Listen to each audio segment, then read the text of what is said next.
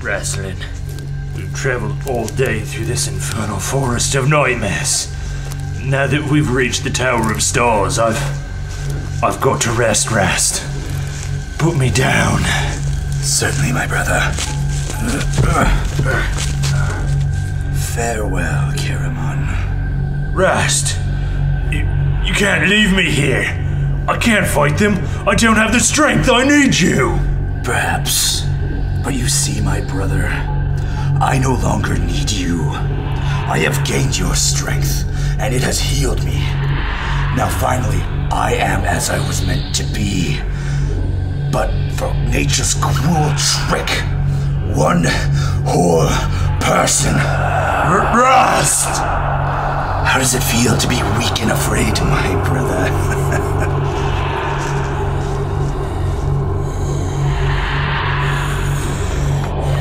Where are they? Up ahead! There! Up ahead! It's Caramon! Get those creatures off him! Caramon? And where's his brother? Left him to die, no doubt. Protect Wrestling Dennis. I won't be there now. Watch over him. Watch over Raceland? He left you here to die. No, you're wrong, Dennis. I sent him away. What did I tell you, Kitiara? Your brothers left him to die. Poor Caramon. Somehow I always guessed it would end this way. So, my little Wrestling has become truly powerful. At the cost of your brother's life. Poor kid. Dennis, come, look. Oh, no, not Taz, not Antigua. Both dead. There's nothing we can do, Janice. We've got to keep going. We've got to put an end to this. If I do nothing else, I will live to kill Raceland!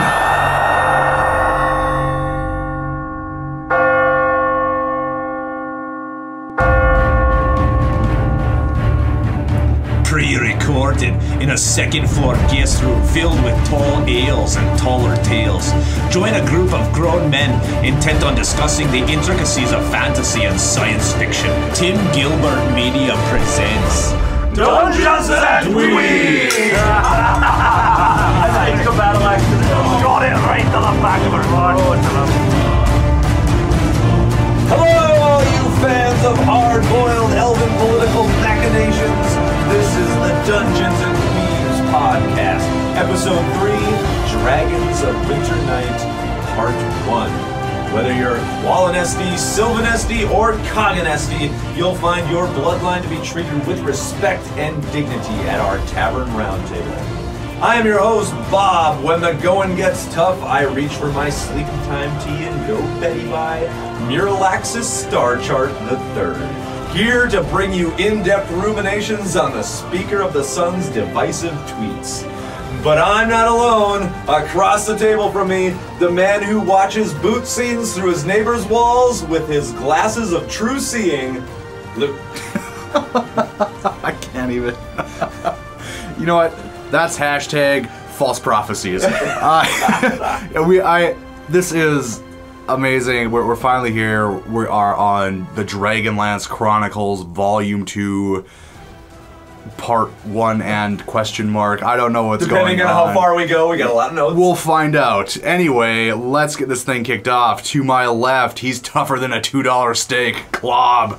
Hello, younglings. Welcome to episode 3. It is Klob, your resident griddled fighter. Your Doc Spurlock wielding a battle axe. A man who may be as proud of his sideburns as Sturm is of his mustaches.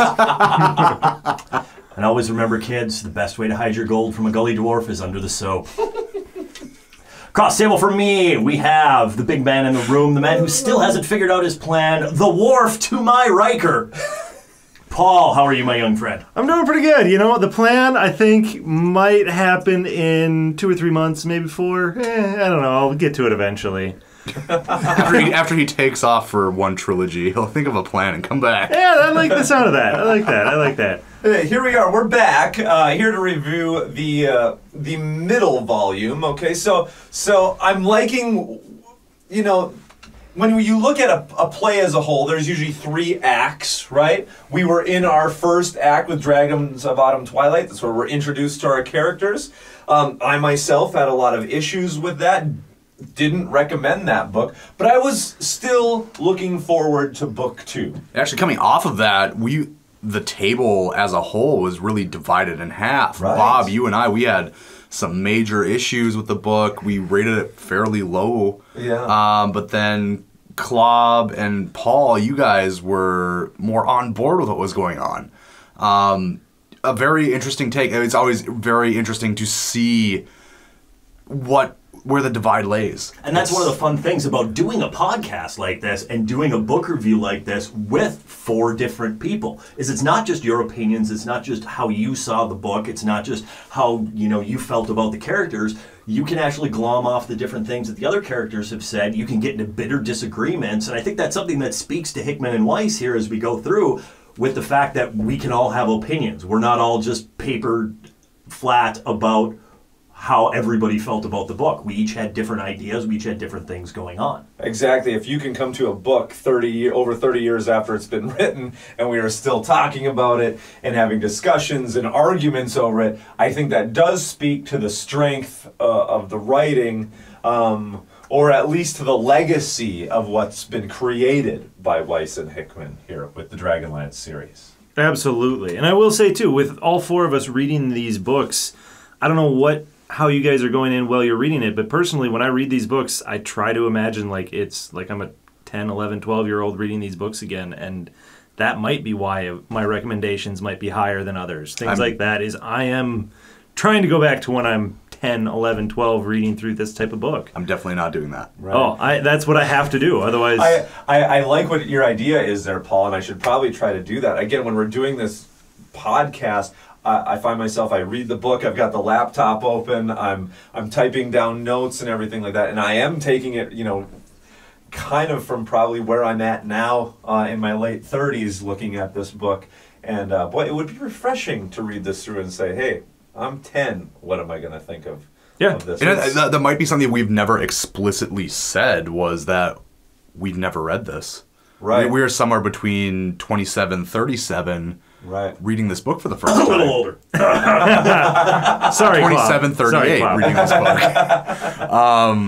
39? So it's, we don't have, there's no nostalgia involved here, aside from the fact that it kind of comes back to like that whole Lord of the Rings, Hobbit feel to it. That's about it. Right. And anybody who is out there listening who has read this and was a longtime fan who started reading this when they were young, I get this. There is a huge amount of nostalgia factor that plays into this. I brought this up that I'm a Star Wars fan. I know when Return of the Jedi came out, there was some major hatred going towards Ewoks. I was a child born in 80, so Return of the Jedi was like my Star Wars practically, and actually saw like Empire Jedi and then jumped back to the first Star Wars.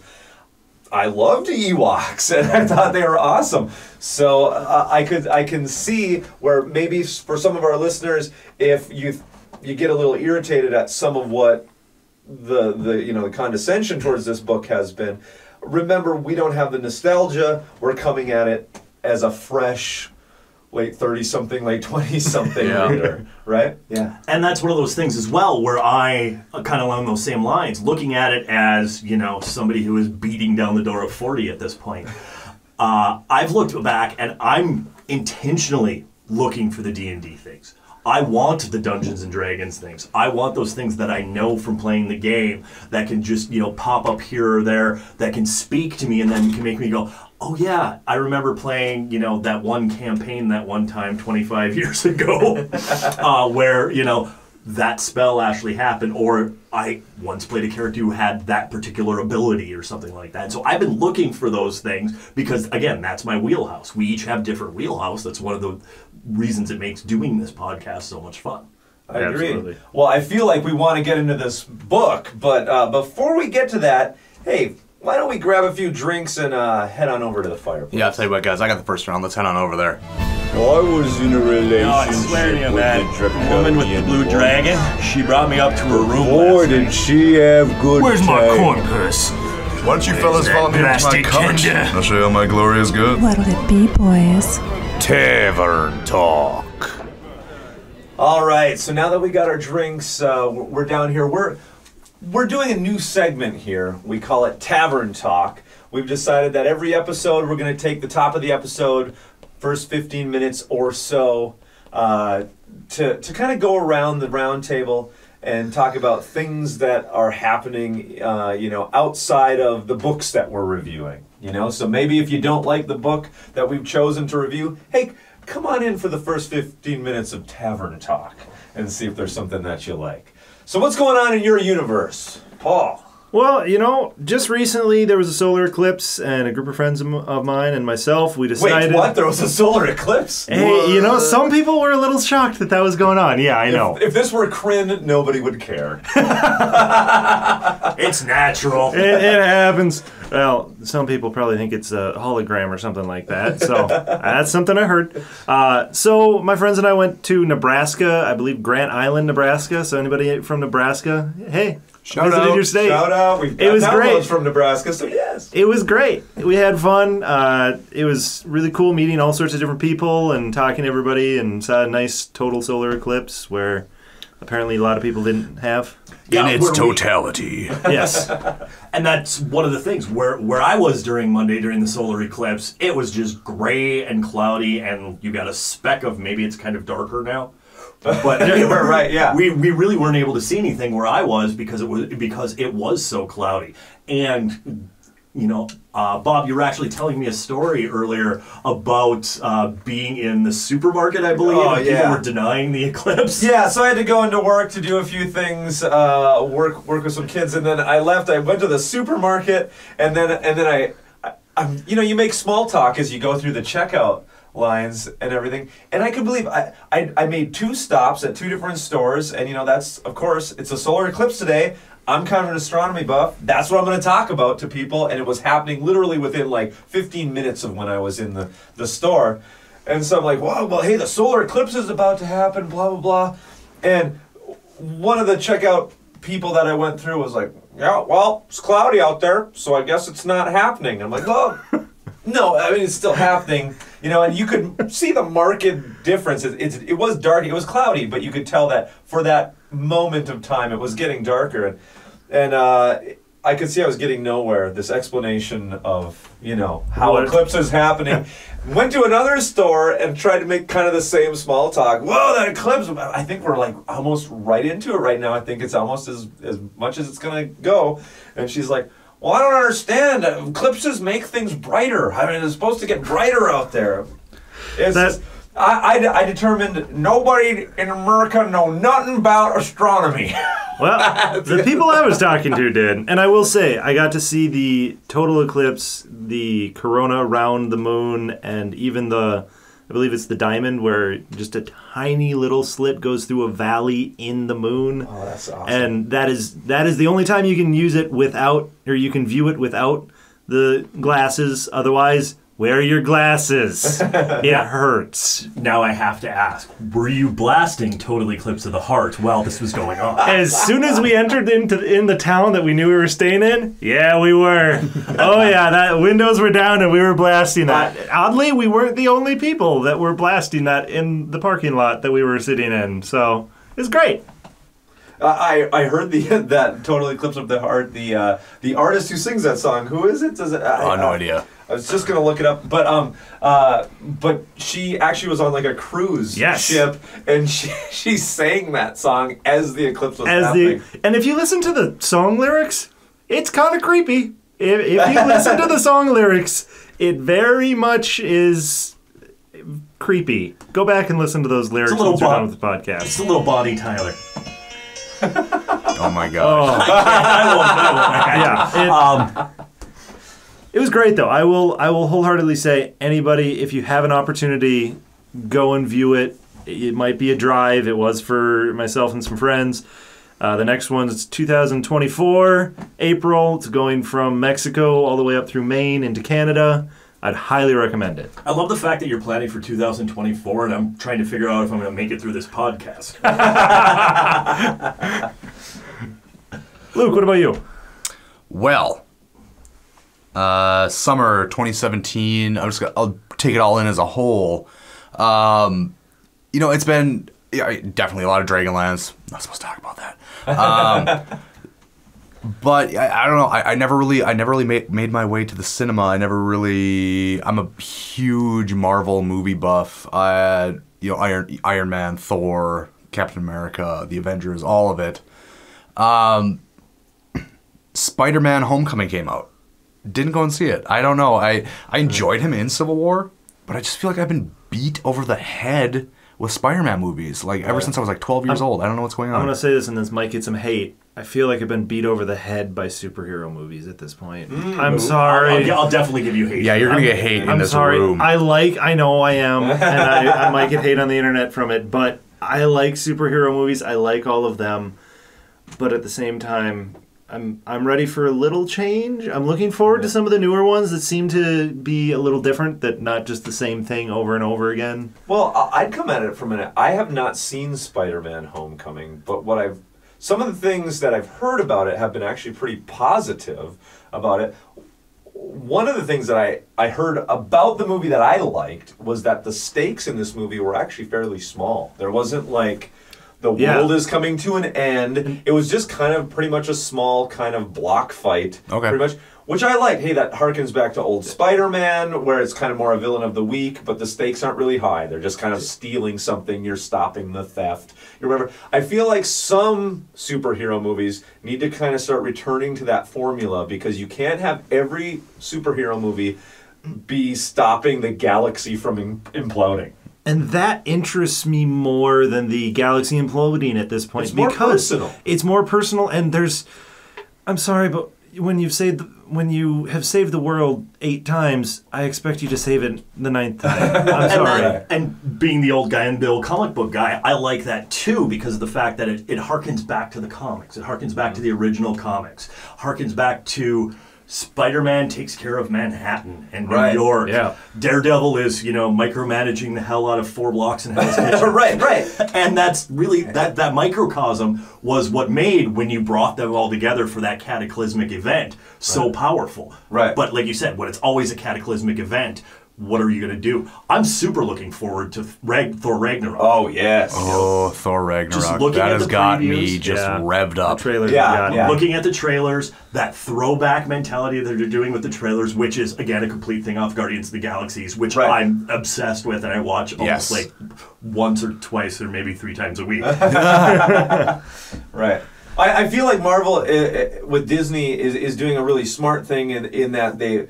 With Guardians of the Galaxy, kind of a movie that I think nobody thought, except for probably fans, was gonna get any traction. Here we've got this giant tree, and we've got a raccoon and everything. It knew that things were ridiculous in it. It pointed them out. It had fun. It was great. It's one of my favorite movies of all time. Guardians of the Galaxy. Absolutely. And it does this throwback '70s thing.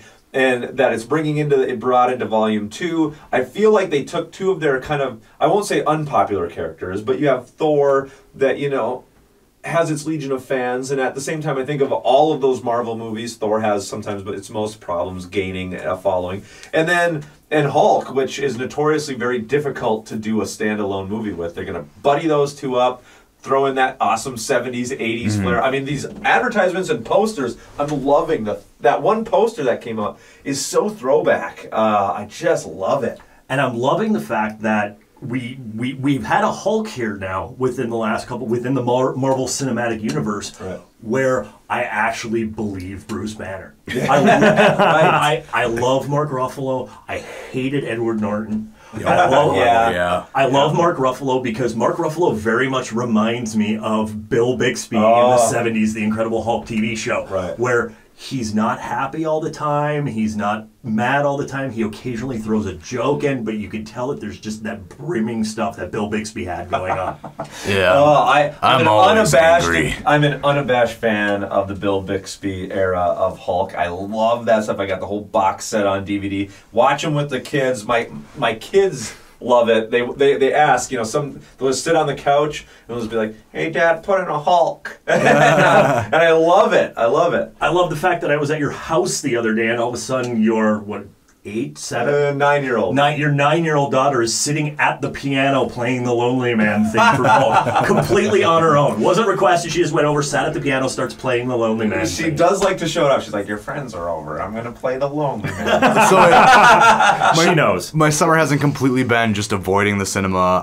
I have finally caught up on the latest season of Doctor Who, Peter Capaldi's last season, and I gotta say, it's really getting to me. Maybe it's just, at this point I've watched so much Doctor Who, where the season finale comes up, and then it ends on a cliffhanger because the Christmas special is coming up, and you're gonna end it with just the most awesome interpretation of the guy who played the first Doctor. Oh, spoiler. Yeah. You know what? Yeah, spoiler. I'm the same way. I caught up on my Who this summer. I caught up on my Who this summer. I'm a Capaldi guy. I've been a Capaldi guy. You're the from biggest the beginning. Capaldi guy I know. It's because he's you. He's you. You had you've always had the catchphrases with Doctor Who going back 50, 60 years. And I love the fact that we came from the bouncing around guys, which don't get me wrong, I love Tennant as well. But the Alonzi, and then you go to Matt Smith, who I'm still kind of okay with. And Geronimo, and then you have Capaldi, whose catchphrase is "Shut up, shut up." I will say the first Doctor that I watched, I'm blanking on his name. Isaacson. Probably Isaacson. Eccleston. I did like the fantastic. Because it was, all those things. Those catchphrases are good. But I've also Shut Up is amazing. Shut Up is amazing. I love that. I've also caught up on my Thrones through last season. I haven't watched any of this season yet, but I've caught up on just my Game of Thrones there. It's one of those things that Bob's brought up a couple times. We have kids, so that's one of those shows where you can't sit and watch it with the kids. Right? Are you sure? It's got to be after bedtime as you go through. I've actually jumped genres a little bit on us too because I love doing a bunch of crime reading. I love realistic crime reading. And so I read a lot of John Sandford with the Prey and the Virgil Flower novels. I'm just reading this new guy right now called Stephen James, which is all about serial killers, and they're all these interlocked books with chess pieces and serial killers and stuff. And so that's just kind of where I've been going. I've also jumped into the Dragons of Dwarven Depths, which if you don't know what that is, if you've read book 1 of Dragonlance and you've come to Dragons of Winter Night and you realize that there's a huge time gap and a bunch of stuff that goes on in between, Dwarven Depths is the book that they wrote 25 years later to fill in that hole. And it actually answers a lot of questions, and I'm going to try not to spoil the book when we finally get there for you. But it does answer a lot of things that I think the other guys around the table who haven't read that particular book are going to have issues with when we go into here. I'm going to need you to fill in some things for me. I'm excited to hear what you have to say about that.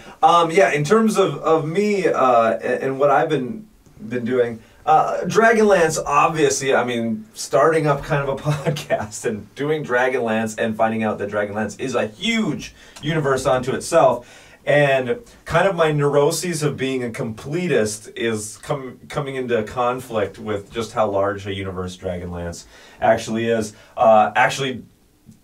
Big shout out to Preacher Man on eBay, because I just got a big lot of Dragonlance novels. It was like over, How many? 100? Yeah, like 120 something Dragonlance novels. He was leaving, hoped his novels would go to a good home. I hope he thinks this is a good home.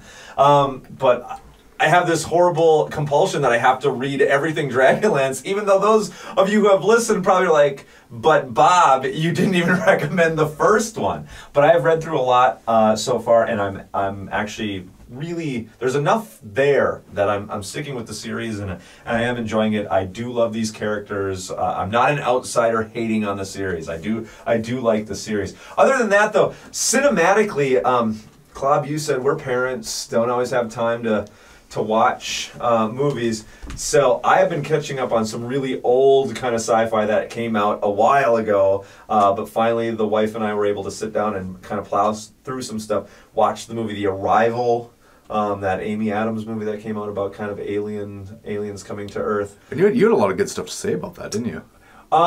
Here's what I would say. Tempered by distance. Okay. And upon a repeat viewing.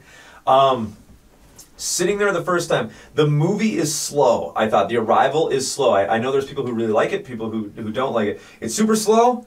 I didn't think they did a really great job of making it compelling, for me anyway, aliens and kind of speaking through these symbols. I thought it was cool. It's the last 5 minutes of the movie that made it for me. I'm not too big to say that my wife and I were both in tears sitting on the couch watching this. Maybe it's something to do with kids. My one daughter was sleeping on me at the time. Maybe it's something about it's very much about parents and their relationship to kids and things, I guess, is really all I can say. I don't want to spoil it for you, because that last 5 minutes, you'll either at that time have fallen asleep or it will move you to tears. I know. For me, The Arrival was really, really good. I watched Passengers. I mean, we talked kind of about Guardians of the Galaxy. That one has Chris Pratt and Jennifer Lawrence. That was the one. Yeah. That was the one that I fell asleep in. Oh, really? My wife and I really like that. I love that moral. Have you guys, either of you, seen the Passengers? But I don't know that I would have. Oh, okay. It's not bad. I like both those actors. Yep. But I don't. I would never say grabbed me. It is worth a watch. I won't spoil it, but let me just throw out kind of the plot thread, see if you like this. Because to me, this was old school sci-fi, the kind of sci-fi I like to read that is, throws a kind of a moral problem in space and has you wrestle with it. They're on this ship that's traveling to a new colony. It's 85 some years that'll take the ship to get there. On the way there, the ship is damaged and everybody's in these life pods, and Chris Pratt wakes up. And so then in about a year's time, he's trying to live on the ship and keeps going back to the pod that Jennifer Lawrence is in and kind of forms kind of a relationship with her, just by watching videos of her and staring at her through the glass and being creepy. And then finally comes down to this thing of what if I made it so it looked like her pod just malfunctioned like mine? And then she could be with me. Because there's no way he can go back to sleep. And so he knows, I'm going to live and die on this ship for the next 80 years. What if I wake her up? And it's really good, because then she wakes up, and it starts out as this beautiful romance, and then she finds out. And then towards the end you get the Disney twist, and they actually do fall in love. Well, okay, maybe. I don't know. I didn't know anything about that plot in that movie. Did I call it? You probably nailed it right on the head. Yeah. But okay, I'm a sucker. But I did like it.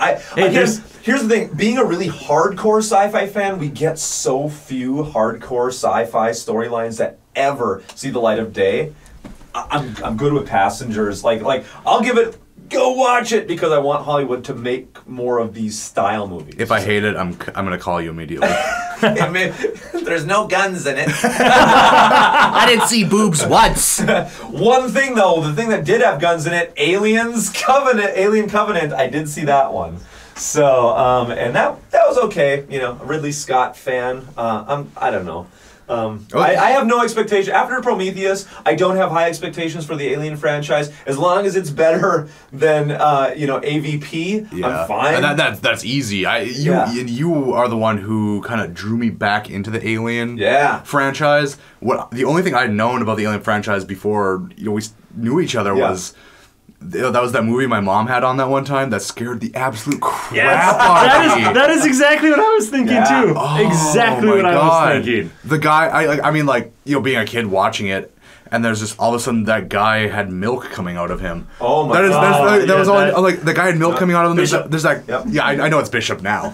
As a kid, that guy had milk coming out of him. There's that weird black thing that just murders everybody. I never want to watch this ever. I was gonna say that is my thought of it. Is when I must have walked in and it was terrifying and just. I don't know. I will have to rewatch it. I think there's so many, especially with the first movie for sure. There's so many weird levels. The guy who designed Alien, which now everybody knows, H.R. Giger, is a disturbed genius. You see, it has to be very, very strange. Listening to him on kind of the behind the scenes stuff describe things. Oh my god, I would never want to be in a room alone with him. But the stuff he designs has this weird sexual quality. I mean, we'll go back, watch Alien with this weird sex things in mind. It's so disturbing because really the face huggers are orally raping people. Yeah. you know, and implanting seeds into them, and everything looks either like vaginal openings or it is disturbing on kind of that base kind of gut level, and for some reason I like it, which I don't know what that says about me. Okay. Well, on that bombshell. If you are a psychiatrist or a psychologist listening to this Email podcast, us. please email us at dungeonanddweebspodcast@gmail.com. Perfect. True. Well, you know what? My beer's empty. Why don't we grab another round and let's start talking about what the heck these people downloaded this thing for. Yeah, let's talk about the actual second book. Yeah! Let's talk about this book. You know what? And I bought the last round, so one of you guys is going to have to figure that out. I'm driving the cart. You're driving, I got it. We got this. Ooh, tell me more. It's a DeLorean, isn't it? Scales were always in my favor. I might have driven a DeLorean here. Hey, pull up a chair, friend.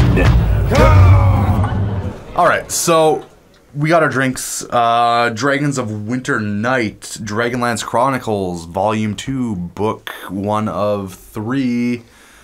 I don't know how far we're going to get here because there's so much going on. Oh, it's dense. And Bob, you were tasked with the synopsis, so why don't you give it to us? Oh, all right, people. If you got to go up, if you know what happens in this book and you need to go to the fridge, go to the fridge. This is a tough one. This is a long one. All right. Buckle up. Buckle up, buckos. Dragons of Winter Night synopsis. Dragons of Winter Night by Margaret Weiss and Tracy Hickman. TSR Publishing, 1985. In our last adventure, the companions were successful in freeing the prisoners of Pax Tarsus and defeating the dreaded dragon High Lord Verminard. But the battle for Kryn is far from over, and our heroes continue to battle against the dark forces of Takesis, who threaten to destroy and enslave the continent. Our book opens with the refugees from Pax Tarsus taking shelter within the dwarven halls of Thorbarden. Some time has passed between now and our last adventure, and the companions have just returned with a legendary hammer to give to the dwarves.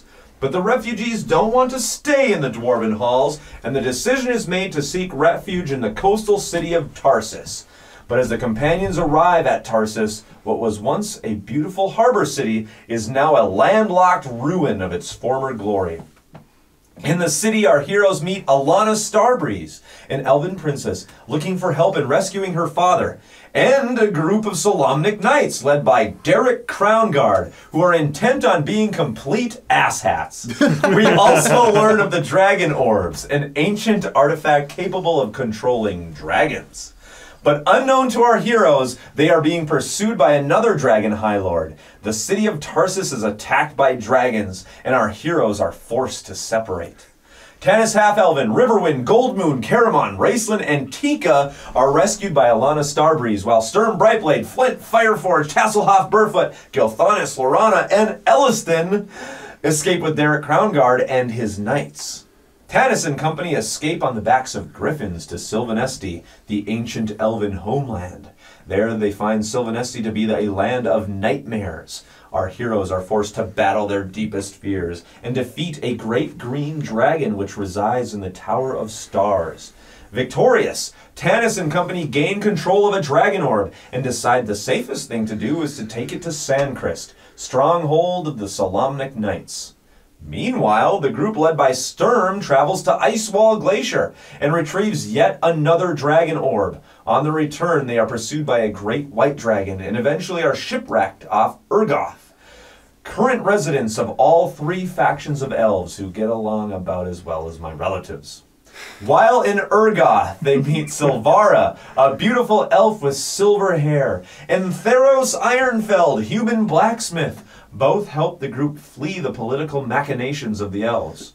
Pursued by the elves, the group decides to split up. Sturm and Derek will take the dragon orb to Sandcrest, while the rest, led by Silvara, will lure them away. Silvara takes them to the tomb of Huma, where they meet Fizbin. Hooray. And Silvara is revealed to be a silver dragon in human form. The group gets busy making dragon lances so Kryn can be saved from the dragon apocalypse. During all this, brave leader Tanis is heading up a magic and stripper show. Back in Sandcrest, nobody cares about possible genocide by dragons either, as law and order, the Sturm trials ensue. Dun dun. Back in the port town of Flotsam, where Tanis and his traveling show have gone to ground, Tanis wanders the streets when he bumps into his ex-girlfriend Kitiara. Turns out she's the dragon High Lord that has been pursuing them. So Tanis sacrifices himself for the good of the group and falls into bed with her. For days. Boot scene. All the rest of our heroes have finally met up in Sandcrest, and Law and Order Solemnia has been put on hold due to the overwhelming threat of invasion. Everything hinges on our heroes being able to hold the High Clerist's tower, which protects the mountain pass to Sandcrest. The tragic final battle rages as armies clash over the embattled walls of the tower. Tasselhoff discovers that the tower is actually an elaborate dragon trap, and Lorana uses the dragon orb to lure dragons to their fate.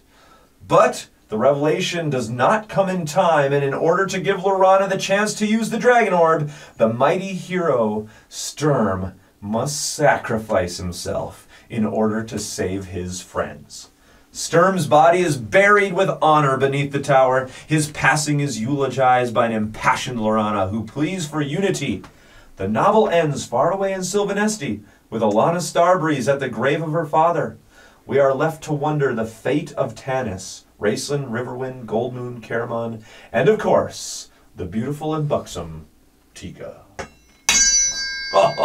Everybody still there? You still listening? Whoo! There's a lot here. I didn't read that, and I'm winded right now. Holy cow! I am impressed right now, Bob. That was good. That is a lot to go through. This is a large novel. Let me tell you, Weiss and Hickman, in their annotations, both call Dragons of Winter Night in this trilogy as being the favorite of the three books. They even say this is like, the darkest one, in that whole three different acts. The middle act, you learn your first, you learn all the characters in the first act, you put them up against a bad guy. Bad guy's usually defeated. Then in the middle one, character development, and they go down the darkest hole possible so that you're left wondering what's going to happen. They're calling this their Empire Strikes Back. Well, that's quite the statement. That is a statement. Dragons of Winter Night, the Empire Strikes Back of the Dragonlance Chronicles. So let's get into it. This book starts off with another poetry piece by Michael Williams called The Song of the Nine Heroes. Did it? Because I'll be honest, I skipped it. I went right over that. I'm right with you, Paul. I'm right with you. Okay, so I had renewed vigor in this. I read it. I'm like, okay, we're starting new. We're starting fresh. I am going to read this Song of the Nine Heroes. It's not bad. Again, now that I've learned the characters and I'm going into this one, it's just about the characters, tiny little pieces about each character of our heroes. I was burned by all the poetry and song of Dragons of Autumn Night. Right. It was just too much. Well, and I was really looking forward to, as we had talked about in the last podcast, of Weiss and Hickman being able to break away a little bit more from what TSR and what a lot of the other management companies were trying to shove into the book, because we had mentioned we always felt like that poetry was somebody world building going, well, we need some poetry here, we need a song, and stuffing it in there and doing it that way. So I was looking forward to getting away from that, and then all of a sudden you open up to page one and it just right in the face. And I don't mind the kind of the aspirations of that, hey, we're going to do these poetry pieces and stuff, and I'm not saying that they're bad. I'm not your poetry guy, so I can't tell you that they're necessarily bad or good. As far as fantasy goes, I again have to always throw it back to Tolkien, which for me, that felt his stuff, maybe because he's a linguist, whatever, felt very historical. It felt like it was epic in the way that like the Mabinogion or some other ancient writing, it felt on par with that. Whereas this definitely feels like, more of the kind of poetry that would be at the beginning of any kind of maybe modern video game that's trying to be, epic and fantastic or something. Well, and I think the time jump we do here, which, yes, I understand you've even said that this is your Empire Strikes Back, and there's a huge distance between New Hope and Empire. Right. But there's such a massive time jump here where all of a sudden we're just boof. We're in the prelude here. Yep. And all of a sudden we're in a different place than we left off in the last book. We're at different things are going on. Where are we? What's going on? Right. I mean, we end up, they like to do these prelude chapters. So we get the poem, and then we get this thing called The Hammer. We're in Thorbarden, this dwarven city. Elliston is presenting this hammer, the Hammer of Karis, to the leader of the dwarves. And then we get all these kind of personal fights between Sturm and Tanis and things. Yeah, I mean, obviously a lot of things have gone on between the two books. I don't know what's going on. I mean, I'm thrown into a situation. I don't know if this is the right move for the book or not. Well, and you look at what they originally did. And they originally did this aspect where we jump into Thornboden and we jump into, okay, we're with the dwarves and the refugees are being housed with the dwarves, but they're not happy and all these different things that are going on. So 25, 30 years later, they went and rewrote Dragons of the Dwarven Depths. I mean, better late than never. Better late than never, to fill in those parts. And I will say, like I said a little bit earlier in the show, reading that one fills in so many gaps and so many things as to why we have Sturm kind of being Sturm talking about stealing the hammer. Right. That our great knight of Solamnia, our great man who is supposed to be living by the code, all of a sudden wants to commit petty theft. I've got issues with that. I just got to say, before I get to, because I've got a lot to say about Sturm, I'm looking at this going, is this where I would start a fantasy novel? Is that we're going to start with we're at the tail end of another adventure we haven't seen. My instinct would be that you should start, if your continent is being invaded, you'd start off with some sort of battle. Yep. And let's see the heroes our heroes are engaged in some sort of struggle. Yeah, start exciting. Like it was the end of Dragons of Autumn Night was just epic. Yeah. And now it's just kind of like, well, stuff happened that you don't know about, and we're gonna start off super dry with dwarven politics. Right. Like, you just released the refugees from Pax Tharkus, right? Maybe you're being pursued, and you're trying to get them to the refuge at Thorbarden, right? Like that's what it should be. Let me guess. The Glob is about losing his stuff. I'm flailing a book around at us. Dwarven depths, right? That's what the book is. That's what the book is. How many years later did that come 30 out? years later. This is what should have been fixed here. It's a good idea. It's a good idea, but that's what you should have started this book out. Is this, Empire Strikes Back? Watch Empire Strikes Back. You start off pretty much with the four-legged walkers attacking Hoth base, and you have this aspect too, which again, to make another Star Wars reference, because we constantly do that. As much crap as I'm going to give the prequels, you don't start off Phantom Menace with the Senate scenes. Oh, I have that in my notes. Boring. Star Wars Senate. That is literally, I'm like, no, I cannot do that. Give me a chapter of Jedi flipping around and doing tricks and throwing things around to get me back, to get me into the universe, to get me back into the book. Don't start with the Senate. Don't start with, I don't care about dwarven politics at this point. I want to watch Sturm or Tanis do something cool with their sword. Right. And okay, here's the part then, now getting into this Sturm Tanis thing, something that I really don't get, and again, I was going into this going, okay, second book, their darkest one, the one they call the good one, the one that, they've been released from the TSR tethers. Okay, let's see what happens. We're not even into chapter 1, and already I'm having all kinds of major plot problems here. Sturm is talking about how this hammer that they've acquired is kind of the linchpin, the piece that is used to make dragon lances. Like this is the hammer that is used to forge dragon lances. So far, we are in the Dragonlance series. We don't have a dragon lance. We're being invaded by dragons, and you have the hammer that makes dragon lances. We're gonna just leave it with the dwarves. Sturm is ticked. He's like, we need to get this to the knights. We need to make dragon lances. I'm with Sturm. You get the hammer. This is your only means of salvation. Why are you giving it to the dwarves? It's not even to get the dwarves on their side. It's one of the things that is explained, and I'll try not to ruin Dwarven Depths for those of you out there who are going to read it as well, but the hammer is rent. We have these 800 refugees that are now inside the Dwarven Kingdom. The price for taking the refugees in was the hammer. But that's never fully explained in the beginning here, so I understand completely where you're coming from. Luke, you were going with something. I'm just going to take it back to what Bob had started with, that this book was kind of the beginning of Weiss and Hickman not having to adhere to Dungeons and Dragons modules. Right. And even, I'm going to take it a little bit further, I listened to a podcast, shout out real quick to the RPG Brewery. First of all, dude, I would buy you a beer anytime. He did an interview with Margaret Weiss, and in that interview, what I picked up was not only were they not adhering to the modules anymore, but Margaret Weiss was just writing the books. Tracy Hickman was focusing on the modules, and they would come back and forth just to make sure everything was in sync. And I was really excited for all this. You know, one of my biggest problems with Dragons of Autumn Twilight was it felt so manufactured and artificial. Cookie cutter. Yeah, that you could see the module. You could. Yeah. It was so. The fact that you could see that was so bad. Right. But I mean, I read the book. I had a good time. I had a good enough time to go on to book 2. Yeah.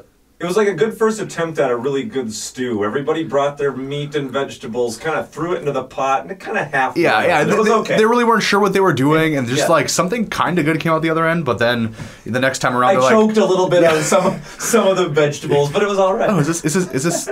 Did you not take the bone out? Is this in the stew? Stop using turnips. There's a lot of stone soup here. Yeah. So I'm coming into this optimistic, and they're not really. The Dwarven city is a little dry. I understand that it's necessary that, you know, we got all these refugees in there, and it's building a sense of danger in the world that we have to save these refugees. The only way we can save these refugees is to give up this hammer. Actually, Luke, to me, none of this is necessary whatsoever. Really? Yeah, you've got a hammer that you're not going to use. You're going to throw away, even though it's the key to surviving this dragon apocalypse. You'll just give it to the dwarves.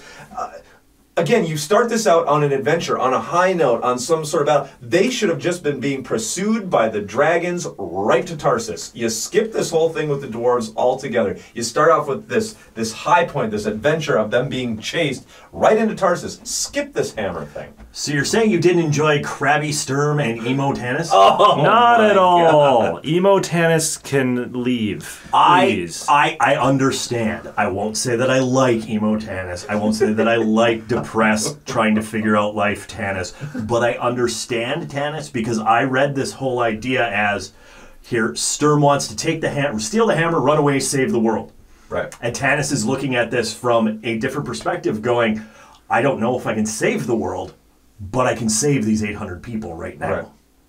And so that's how I read it. That's one of the things that I looked at it with his mopey, claustrophobic aspects that go in here. So I understood it from that aspect. I can respect it. I can respect it from Tannis's point of view here, going, I have control over saving these 800 people. Right. I don't know if I'm going to be able to save the world. And I could see it if I actually ended up believing that that's ended up what the stakes are, is that, okay, Tannis, either we can save the 800 refugees or we can save the world, in kind of a Star Trek Spock and Captain Kirk kind of thing. The needs of the many outweigh the needs of the few. But they blow that out of the water then when we get to chapter 1, because the refugees don't even want to stay in Thorbarden, and they're just all permitted. They all decide we're going to leave, we're going to go to Tarsus. Okay, so what was your plan, Tannis and Elliston? So you're going to sacrifice your only means of defeating the dragons and creating a Dragonlance by giving it to the dwarves, and then you're saying, oh, thank God, we finally saved the 800 refugees. Oh, never mind, they don't want to stay. We'll go to Tarsus. Do you want to live in a cave? I get that. I think it speaks to the desperation of the situation. Like, we have to keep these people safe. We have this hammer that we could use to potentially build these weapons to save our butts.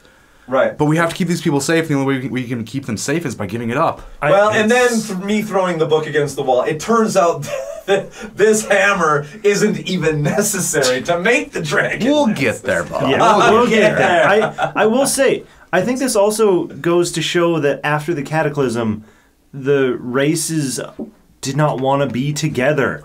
They really always wanted to be separate and things like that. I know. And it's not even so much that they don't want to be together as in the fact that everything was kind of humming along to the cataclysm. Right. And then every race blames the other race for the cataclysm. Right. The dwarves blame the humans blame the elves blame the humans. Right. The Kender just skip around and go, hey, new cool things. I love the Kinder. But every They're race awesome. does it, and something we have to remember here, and something that isn't driven home hard enough, I think, when we're going through this whole Dwarven Senna scene, Right. is the fact that until Raceland and Tanis magically show up and somehow opened the door here, Right. these people the dwarves in here haven't been outside for 300 years. Right. That They cave- haven't had any contact with anybody outside their citadel inside the mountain for 300 years. I just want to say something. That cave must have stunk. If there's, shafts. I'm still. Come on, man. I mean, Dwarves are masters of living on underground. I but they still were feel building like you get. Ooh, yeah. Dirty little garbage fraggles. Hashtag garbage fraggles. Yeah, we get sad, mopey Tanis that I'm not a fan of. Him and Lorana are having a little lovers quarrel. Wait, they're not lovers. A little potential lovers quarrel. What would you A call little this? bit of a quarrel. Yeah, I didn't mind this part, and maybe because my mind was like looking for something that I loved out of this chapter. I did like that they wrote that the two of the three moons were rising behind them, and one, the red and the silver, kind of maybe reflecting, Lorana and A little Star Wars Episode Tanis. 7 for you as the blue and red kind of shift. Yeah, kind of like yeah, like kind of on the nose, but I'm okay. I'm It's okay. okay. It's cool. Well, and we get a couple of these paragraphs in here, which actually is an info dump Yes. of why we're here and how we got here. And for me, this was Han and Leia running through Hoth as things are breaking down, going, "I was never even supposed to stay here." That's true. That's true. Well, hey, it sounds like none of us really wanted to stay in Thorbarden, and neither do the refugees. So, I can't blame them. Very well written. Yes, yeah. So in chapter 1, the first official chapter, we're leaving. We are going to bet everything on going to Tarsus, and I don't want to keep belaboring this, and I don't want to keep acting like I'm downing on this, but this just undermines everything that happens in the Hammer. You have this huge thing where our two big players, Sturm and Tanis, are getting angry at each other and yelling at each other about what to do with the Hammer and saving these refugees and whatever. We're gonna bet it all on going to a city that nobody's been to in the last. Another city that nobody's talked to anybody for 300 years. You have no idea. You are gambling, Tanis, with but what's this- going on with these refugees. This part about Tarsus makes sense, though. The reason nobody has talked to anybody in Yes. Tarsus is because of these dwarves and their big dumb gate. Yeah, we're on the other side of the hill. Yeah, they have closed it off. This is the only path to Tarsus from the south. Right. And these dwarves, nah, we're not going to let you through. And I guess that's something in Dwarven Depths, Dragons in the Dark or something. Yes. Hashtag Dragons After Dark. I'm hashtagging so much this episode. Hashtag. Nobody really can say had to hashtag the rest of this episode. I'm so sorry. We're done with hashtags. You guys, I don't even hashtag on the internet. I don't know why I'm doing it on this podcast. I'm that annoying guy that hashtags on Facebook because I know it doesn't work. I think it's funny to watch people get mad about it. So anyway, they do eventually decide to leave. Yes. Yes. But then we get into chapter 2, and Right. we get what book 1 was lacking. And I love the beginning of This is chapter. good. Yes. A sneak peek at the bad guy. Wink, wink, nudge, nudge. Say no more, Squire. I will not. We start off with actually one of my favorite bad characters. Right. This blue dragon named Sky. I like this. Yeah. And we're in Sky's head, and he's cold, and he's grumpy, and he's just these stupid humans at war, but we gotta do it because that's what my queen wants. And we come through here, and we have this weird picture here where we get like dragon overstock parking. where all of a sudden there's a ton of blue dragons here that are sitting in a pass somewhere in the cold and the snow and are grumpy and are hungry, and I just see them lined up in parking spots. And I will say, this I really liked, because before this chapter and this part, I only really thought there were 3 dragons. They never really talked about having more dragons beyond just Ember, Pyros, the black, I'm blanking on... Well, Ember and Pyros were the same dragon. Good point. Ember, Pyros... has 12 names. That's true. Sorry, Ember, Pyros, but it always just seemed like, there's like 3 dragons. Dragons are very, very rare, and they're not that big of a threat because they're not going to be able to be everywhere. Here, it made it seem like, oh no, they have squadrons of dragons that they can just send wherever they need to, and it increased the threat level. I loved it. And there's a couple great things that go on in here when we meet Sky and Sky's High Lord. Yeah.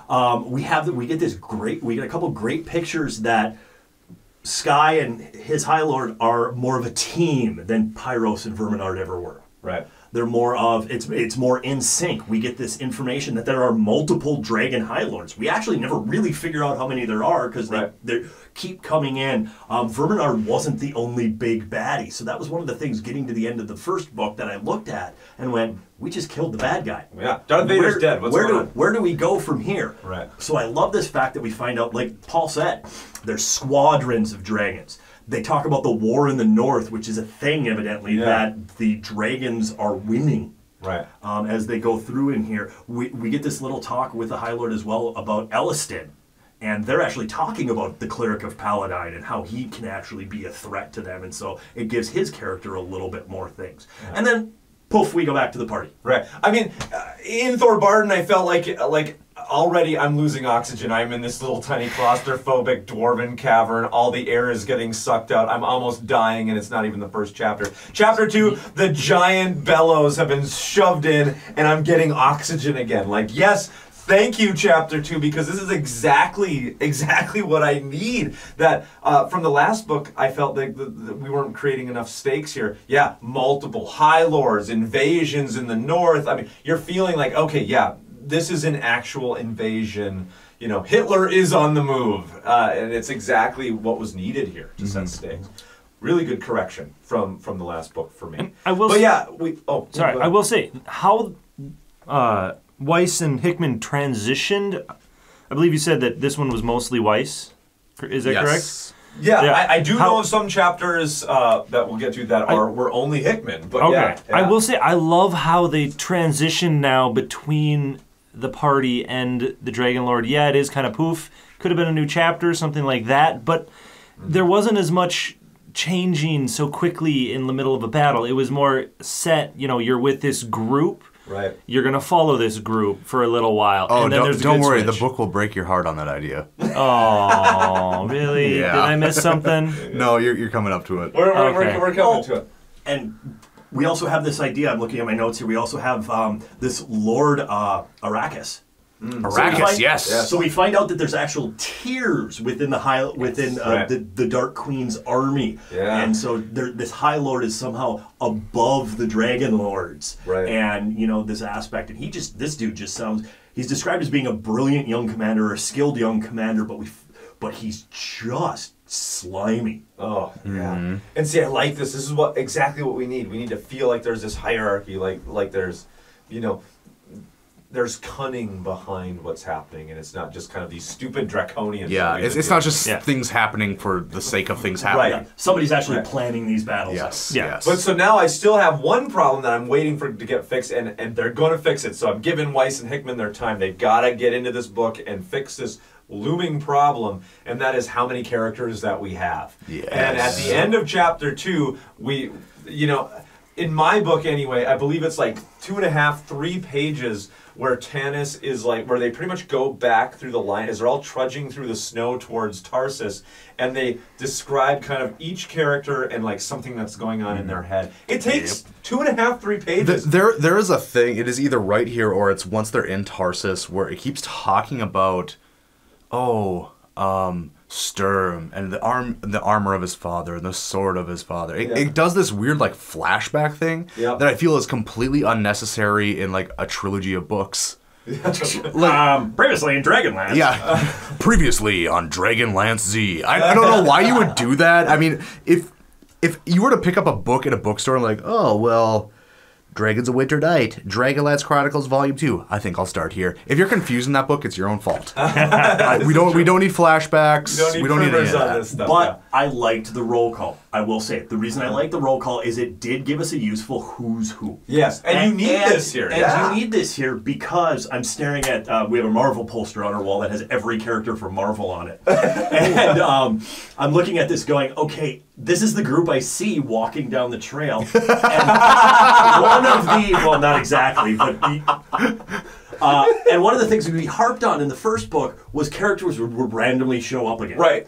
Yeah. So I did take this as a quick reminder of, hey, everybody's still together. You know what? I do feel that Weiss or Hickman, whoever's writing this, is very conscious from the first book of the fact that people were getting lost, and they do it a lot here where they're going to kind of list everybody by name and what's going on. It does still point out the flawed, I guess, too many characters from book one that we're bringing into this one. But I'm giving it to them. They're going to come to the correction here, and that's going to happen in Tarsus. So chapter 3, we get to Tarsus the Beautiful. They cross over the hills and look down into the beautiful city. Psych. I loved this visual. Yes. I loved this visual. This was such a Mad Max moment for me, where they come over the hill in the city that's supposed to be on a port. Well, surprise, it's not on a port there's no ocean. There's ships that are sitting in the desert, tilted over. Absolutely amazing. Like just poof, the water is gone. And like I said, it was this Mad Max moment for me where it's like, okay, yeah, I guess the apocalypse really did happen. I liked it too. Again, just one little drop line. This happens to me throughout these books where everything is going great, and it's like nobody read through again and with going like, are we sure that everything we wrote here was okay? Because they talk about how the ships are in the port, you know, all destroyed and buried by sand and whatnot, which I think is an awesome visual. And then they say with the white masts tattered and blowing in the breeze or whatever. I'm like, 300 years later, there's sails still on these ships? Sails on these ships are preserved as well as mummies. Yes. But you know, in chapter 3 we get this explanation of the cataclysm, which is a high point. Yes. I haven't even read book 3 yet. This is one of the best parts of this trilogy is explaining everything that happened in the cataclysm. We've talked to the cataclysm. Oh, the cataclysm was bad. Ooh, the cataclysm this. Yes. And now we get to see the cataclysm. Well, I mean, we saw it a little bit back in Pax Tharkus. No, I'm sorry, Zack Saroth. I think it's Zack Saroth. Back in Zack Saroth, we saw that. You know, the damage it dealt, and we see it again in Tarsus. Right. And then they're going to go on and explain, like, in a little more detail what happened. And this is just mind-blowing to me. Right. And one of the things I love is when we get this description and we get this flashback of Tarsus. Right. And when it was still on the coast. Which again, I like the aspect of, okay, the ocean disappeared, not it just fell into the ocean. Well, I like the switch around on that, and I think that's great.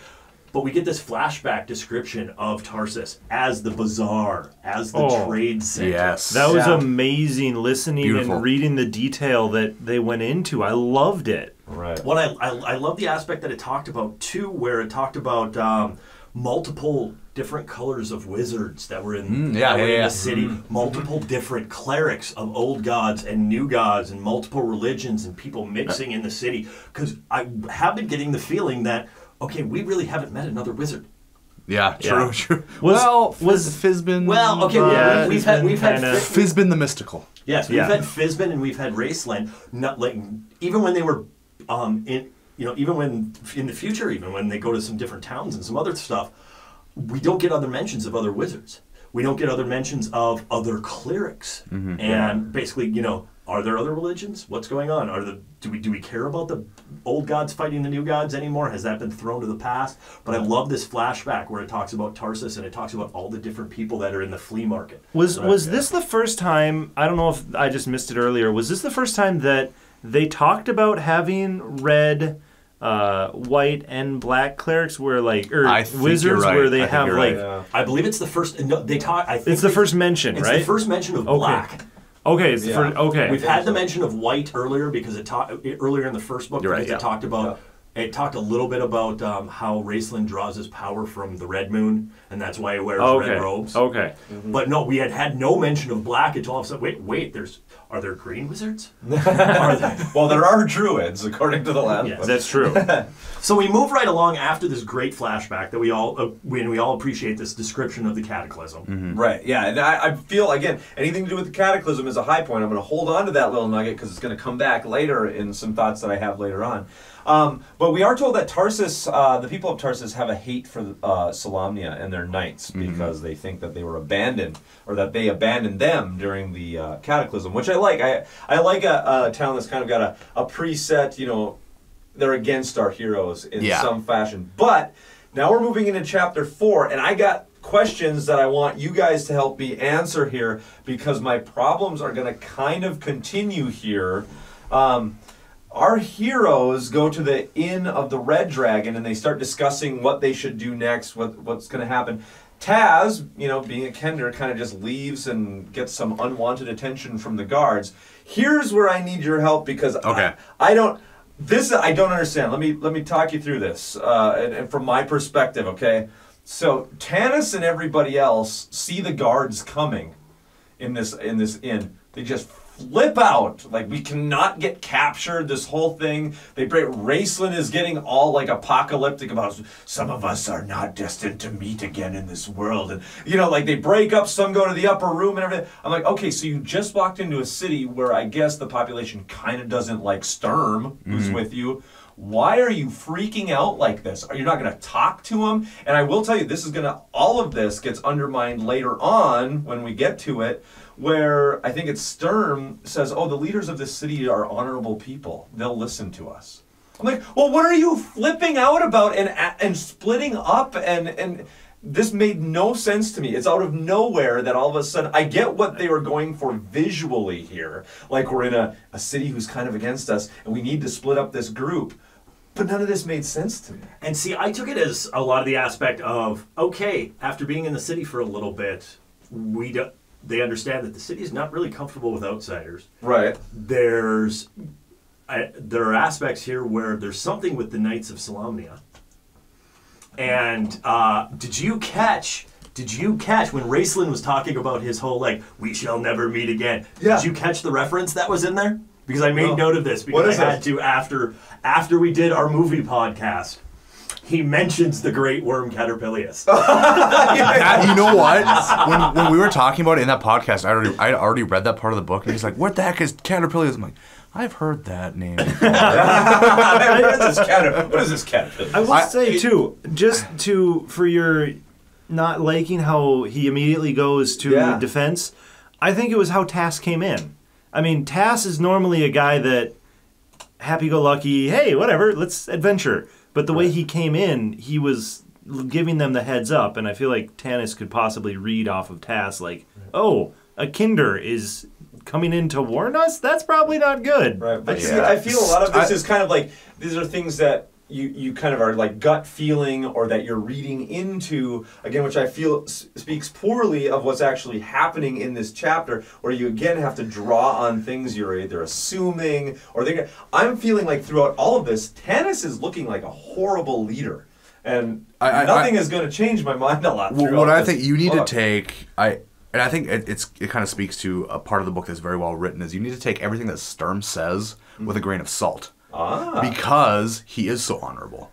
But he's not at this point still, because he's still hung up about the whole hammer aspect, because he wants to bring it back to Solamnia. I'm hung up about the hammer because we do find out here in some of this argument that Sturm's not really a knight. Yeah, correct. True. Sturm's just wearing his dad's uniform and traipsing around the countryside here. Which I thought was a really nice twist. I love it. I liked it. I went through the whole first book thinking he's a knight and not. I liked it. Honestly, I liked it. And I like the fact that, like I said before, he wants to save the world, and he'll run over anybody he can because he needs to prove himself to be a hero in order to be a real knight. I like that reading of it. I like that. He holds to his code. He assumes other people are holding to the same code. You got to be careful with Sturm. Yeah. He's always trying to be the best, hold to the measure. I still don't feel that that explains Tannis's flip out. Oh god, Tannis is written so poorly in the beginning of this. We have the 8,000th time that we have Tannis doing the comparison in his mind of Lorana and Ket. Yeah, I actually I in thought my about notes. her, and I thought about this, and how they're so much different. She's so selfless, and I don't know if this is good. I don't know if Kidiara would be that way around people, and I don't know. And who do we love? So I just read what Luke has on his notes. Tannis, barf. The Cataclysm explanation was amazing, and now this nonsense. Is this supposed to be character building? Exclamation point? Question mark. And all of a sudden we roll back to this whole idea of Tannis berating himself for being too human and feeling too much. Oh, yeah, boy, we're going to get to that in chapter 2. Yeah, I don't like it. I don't like it. Again, if for any of those listeners who aren't in agreement, I guess one of my things is that there's too many characters here. Man, go back to the end of chapter 4 and read this when Tannis is flipping out about the guards coming, and he starts telling everybody what they're going to do. You go upstairs, you grab your gold staff of Moonwind, and everything else. It's pages and pages. It's unwieldy. It totally cuts any tension that's happening. Boy, it's really bad. It's almost laughable in how complex it is. But we get to chapter 5. Tannis, Sturmflint, Taz, and Gilthanis are all marched through the streets. The crowds, again, I get how a city would turn against the Solamnic Knights. Boy, they're really against them. They're throwing garbage at them and everything as they're led through the streets. And then... This is where I love Tass. I know, you hate him. No, I like Tass. You don't like this part, but I love like this part. I love that they're insulting him, and Tass just goes, I can make better insults than that, and starts throwing them right back. Yes, go ahead. Okay, I know you're... So here's what I like. I love Tass. I love that he would do something like that. What I don't like is when again, I'm reading this from a non-D&D player's perspective, and they're going to throw out the actual term taunt. As soon as they wrote taunt, it was like, and this is a manual. Like I knew this is... You just have him taunt and do things that are taunting. Everybody who's in the know will be like, oh, he's using the taunt ability. When you put taunt in there, I was okay with out of universe. Same here. Of course. I was okay with it. It's a D&D thing. I would have been okay with it. We have a lightsaber spoon right here, and I'm shoving it in. Hold on, that is not a sonic screwdriver. Oh, never mind. Sorry. I like how spork. Yes, I like how the 3 Doctor Who nerds jumped on him immediately for that one. Shut you down. I would have been okay with this whole taunt thing if they would have written in what he said. But I think you just get a little taste your Bob's head's fat. If he's gonna do this, if the Kender taunt is so legendary, write some legendary taunts in. Yeah, I want to use these in real life with my friends. Yeah, and what I was confused by was, isn't Taz being marched along with the prisoners? Yes, he is. At this point, and then all of a sudden he slips into the crowd to go yell at somebody else. He gets thrown in a bag and carried away. Yeah, I do feel a lot. I thought he was marching with them. He was, and then in the confusion he got bopped on the head and thrown in a bag. Yeah, they're very poor guarding when you're marching. When you're marching your prisoners down, and somebody grabs one of them. You lose a prisoner, and somebody grabs one of your prisoners, and you just keep going. Yeah, I will say I like that part. Yeah, the taunt part. They could have skipped over that, but it brought a little bit more character to Taz. All I heard were the Monty Python French insults. Your mother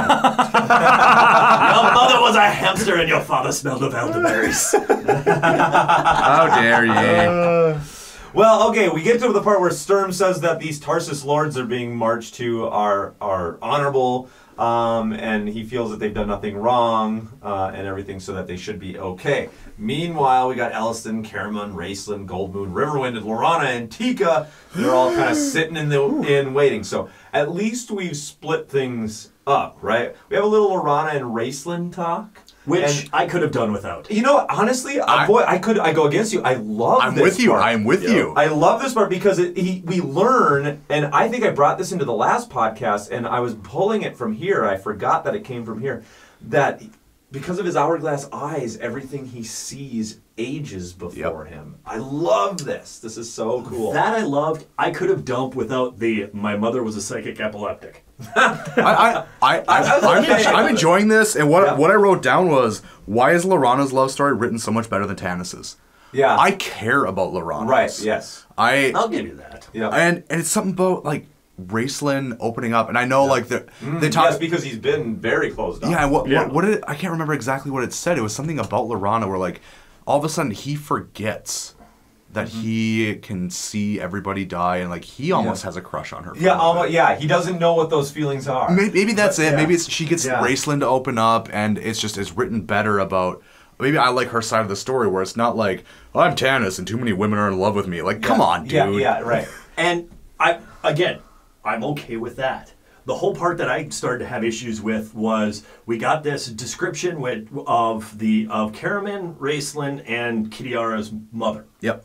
And their individual fathers, and the fact that the twins' father died in an accident, and essentially the mother just went into a trance and starved to death, leaving the kids to fend for themselves.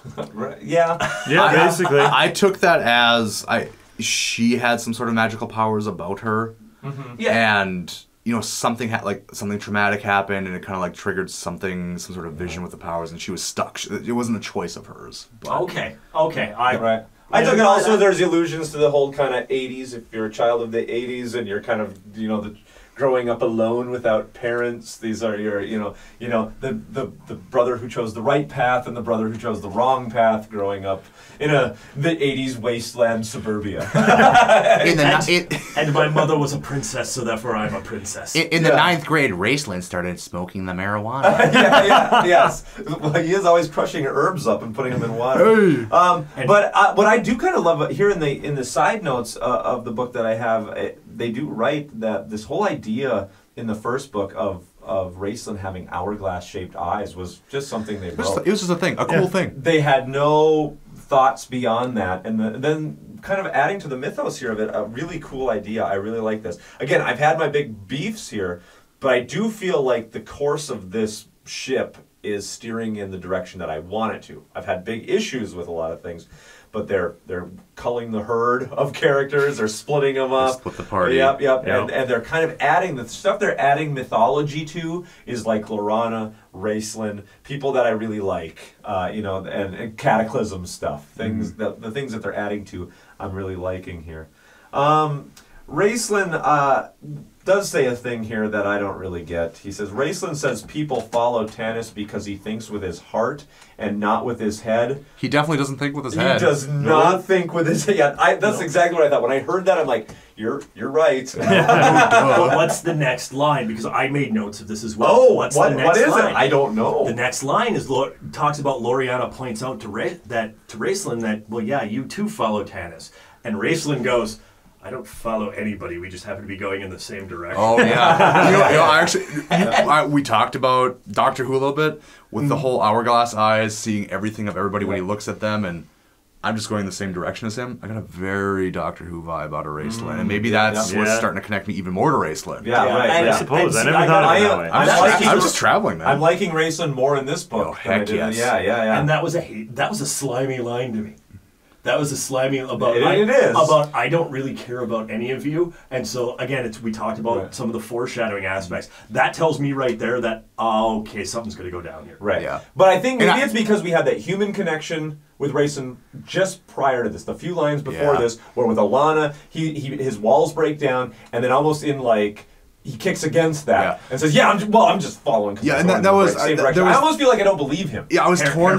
I was torn somewhere in between. Of like, well, he said it, so I have to believe him because why would he lie? Just because of who he is. Yep. And the same like, just kidding. Yeah. Like sort of thing. I feel like there he felt the feels and he kicks against it. Lel. You know, something like that.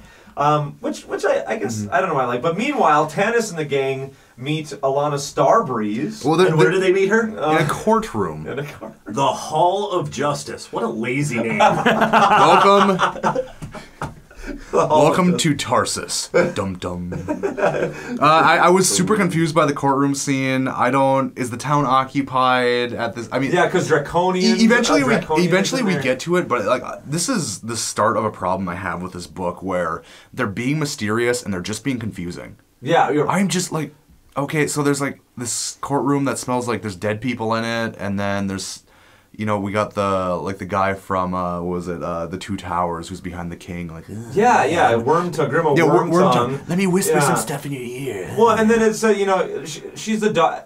We bring in Alana Starbreeze, and they feel like this is the time for an info dump on her. Like, oh good, another Alana Starbreeze. She's the daughter of the Speaker of the Stars. Princess of her people, ruler when her father dies, for she has no brothers. She's Sylvanesti. She's not Qualinesti. I just have ugh. I wrote, oh good, another character. Well, that's. And again, you just split the party up. Split the party. Let's add more. You did what was right. These are not now 2 magnets to throw more magnets at. It's just crazy. Well, and when they introduce her here, and it's actually somebody saying her name as they're introducing her here, and all of a sudden I'm going, is this whole like spiel going to end with Targaryen? Well, Mother of Dragons, Breaker of Chains. And to me, this naming system that we have going here, and I know we know these characters now and we're keeping them split up, but still, you have Tanis, and then you have Tass. Like we're always calling him Tass and not Tasloff, so you have Tanis and Tass, and then Alana. I mean, oh my god. At least with the elves, there seems to be like a theme with like all their names are like Alasa or Alanthos or something. They flow well. They seem to really flow. Except for Lorana's, I could not even tell you. It's like Lorana. It's like something like there's all these A's and L's and A's and S's, and I don't know what's going on. I do like the fact that after like somebody gives this big long speech about who she is, whoever this lord in charge is just like, I don't care, arrest her. I like that. And then since we've met them for about 5 minutes, Sturm, one of the only guys who's not hooked up, falls hopelessly in love with her. I don't. This sets up a whole plot device that goes nowhere in this entire book. I don't feel I'm spoiling anything because everyone listening to this has read the entire book. If you look from here onward, this whole relationship is really meaningless. It doesn't pay off. Where does her character go? She just sort of ends here. She comes in and flits in and out, and we even end with her at the end of the book on her father's grave, like we're supposed to have cared or she had anything to do with anything. I think this is why you care, right here. Yeah, what it gives us later on, as we're going to talk about, the little sleight of hand magic elf thing that she does to protect the dome human. Yeah. Well, and she saves them with her griffins, but I mean, I don't know. She's there as just kind of the rescue ranger here. But again, this speaks to Sturm, where you do not treat her. They said princess in her name. You do not treat a princess like this because she's royalty. Yes. Well, she came to find people to help her out because her father needs some rescuing. So she needs help, and meanwhile we find out that Taz has magical glasses of true seeing. Oh, but wait, not yet. Because if you buy 1 Elhana Stardust, we'll give you 3 more characters for free. Here's 3 more Solamnic Knights, 2 Turtle Doves, and Tanis and a Pear Tree. Let's do this. I don't care how many. Let's split the party and add 4 people into it. Let's just make it like 2 huge parties. Why not? I was literally just almost like screaming at this point because I'm like, yes. Okay, you have done the right thing. You've split up the party. You've added now 4 to so we're going to split up the party and just add characters to both of them. And then stuff is just being thrown out. Alana has a magic star. Taz magically has glasses of true seeing, which only Taz, helps out the plot. With Taz, it's easy because he's Taz. He steals stuff. I do like how they how he got them. If Flint had the glasses, I would have been pissed. Yeah. Taz, he's just like, well, somebody forgot him. So well, you know what? If they've been thinking, though, maybe back in Pax Starkus, there could have been a thing where he saw them on a shelf or something and scooped them up off of there. Then you start this book with them being pursued all the way to Tarsus. Cut out that stupid thing with the dwarves or whatever, and then he's like, oh, that thing I picked up back in Pax Starkus when I was going around with Fizbin. I don't know. Should we use these? This is just thrown in out of nowhere. Like, oh, in one of my magical pouches that I've stolen things. And I have these glasses of true seeing. I don't know. Now we can't stop. We can't jump over to. As much as we don't like hey, I have the magical pouches of anything that needs a plot device. But so they're being marched out of the halls of justice. They're all being sent to prison, and then all of a sudden we get the hooded figures that show up, and I'm thinking draconians. Yeah. Oh God, they're dead. Except it's this book, so no, they're not. And it's the main characters. We'll be fine. And this whole thing where the guards are like, oh, there's hooded figures up there. Let's take the alley. Yeah, right. I'm always good on the alley with the prisoner. So they're heading down this alley. We're getting close to the end of chapter 6, but something I want to bring up here. Have you guys noticed what has been missing since chapter 2 is the subtitles of the chapters.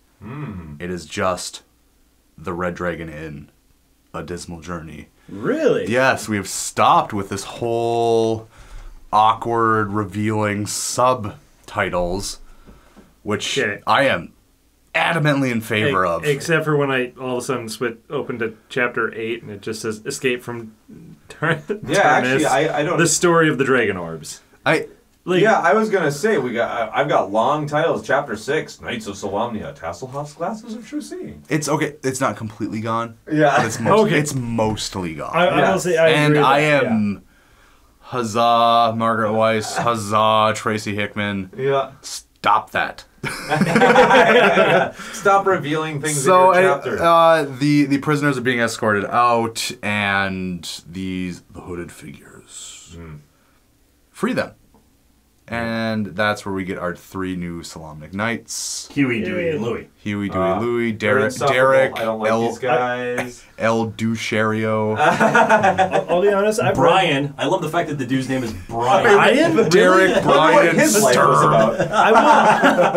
I will be honest, I don't remember any of their names, and I know one of them stays with the party. Derek, yeah. Derek for a very long time. I always forget their names. Sir Brian the Brave. I don't, come on. Yeah, and again, we've talked about this. It's too many characters. Why are you piling on characters? I literally was like, just agape is not a word I say often, but I'm just like reading mouth agape because I'm like, I can't believe that you just fixed your problem and have now committed almost a worse crime. That now we will have 2 groups of unwieldy.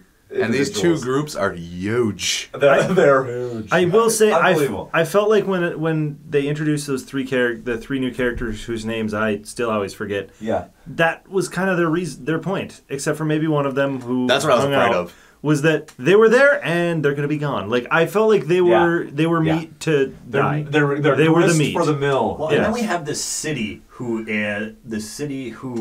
there's some weird draconian whispering in the king's ear, that governor's ear or whatever it is, under siege, and we find out about this library that somehow went unlooted after the cataclysm. Yeah. It's just sitting around, and luckily Tass has his magic glasses of seeing, so he can read this book that's falling apart. I mean, even a part of me was going, well, just take the book with you, but luckily they throw in the line that the book is so old that it just falls apart. It's just crumbling even as they read it, so they've got to just kind of leave it there, and Taz can quickly read it with his glasses. And there is another Raceland lining that comes in here, and I don't remember the exact line, but essentially he walks up to Tasselhoff and whispers in his ears and something to the effect of, if you use those in my spell books, I'm going to do terrible things. Yeah, that was it was a flashback to when he figured out he had the glasses, and it's I will turn you into a cricket and I will swallow you whole. Okay, here's what I like though. Things that I like. We now know about dragon orbs. We know that they control dragons. So we are in chapter 6.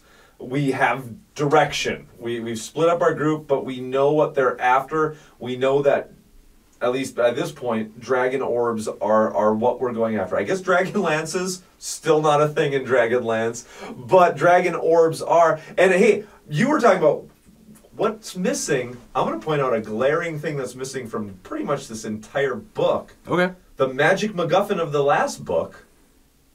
Gold Moon's staff, and discs of Meshigal. We know what happened to the staff. Yeah, the staff we know what happens. The staff the is discs, part of a statue. Nobody knows. Yeah. Oh, I forgot all about that. Yeah. Oh, yeah. Yes. But we also- Elliston has the discs. Yes.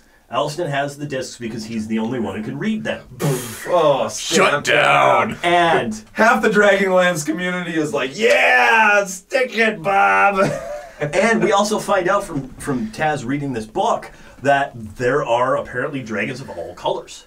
Yeah. That there are red dragons, there are blue dragons, there are green dragons, there's something called a brass dragon. We find out that evidently they come in all colors, which I'm kind of, the 10-year-old in me is going, so I wonder what they all do differently.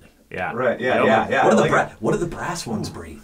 What do brass dragons do? What do the green ones breathe, like trees or something? It's cool to play in the sandbox. It's an odd Bulbasaur sort of thing. Vines come out somewhere. But we've been in the library for too long. Things have been going on for too long. We've been stopping since we just broke the prisoners out of jail, and so all of a sudden, huge horns start going off. Right. Hey, the city's under attack, and I like this. Dragons are attacking the city. This is what we needed. A big battle. This is done so well. Right. The carnage, the danger that is felt, is just, it's resonating with me. I love this chapter. In the annotations, I believe it was Weiss talked about how she researched a lot of World War II stuff. Showing here. Definitely. And it was great. I like how we've got these 3 new knights who we really don't know, but these knights, they're supposedly knights of Solamnia, but they come off nowhere near as honorable and as cool as Sturm has been. They actually try to kidnap Taz a little bit. Tanis wards them off from doing that, so they start trying to talk to Sturm about, hey, if you really want to be a knight, you'd help us kidnap the Kender.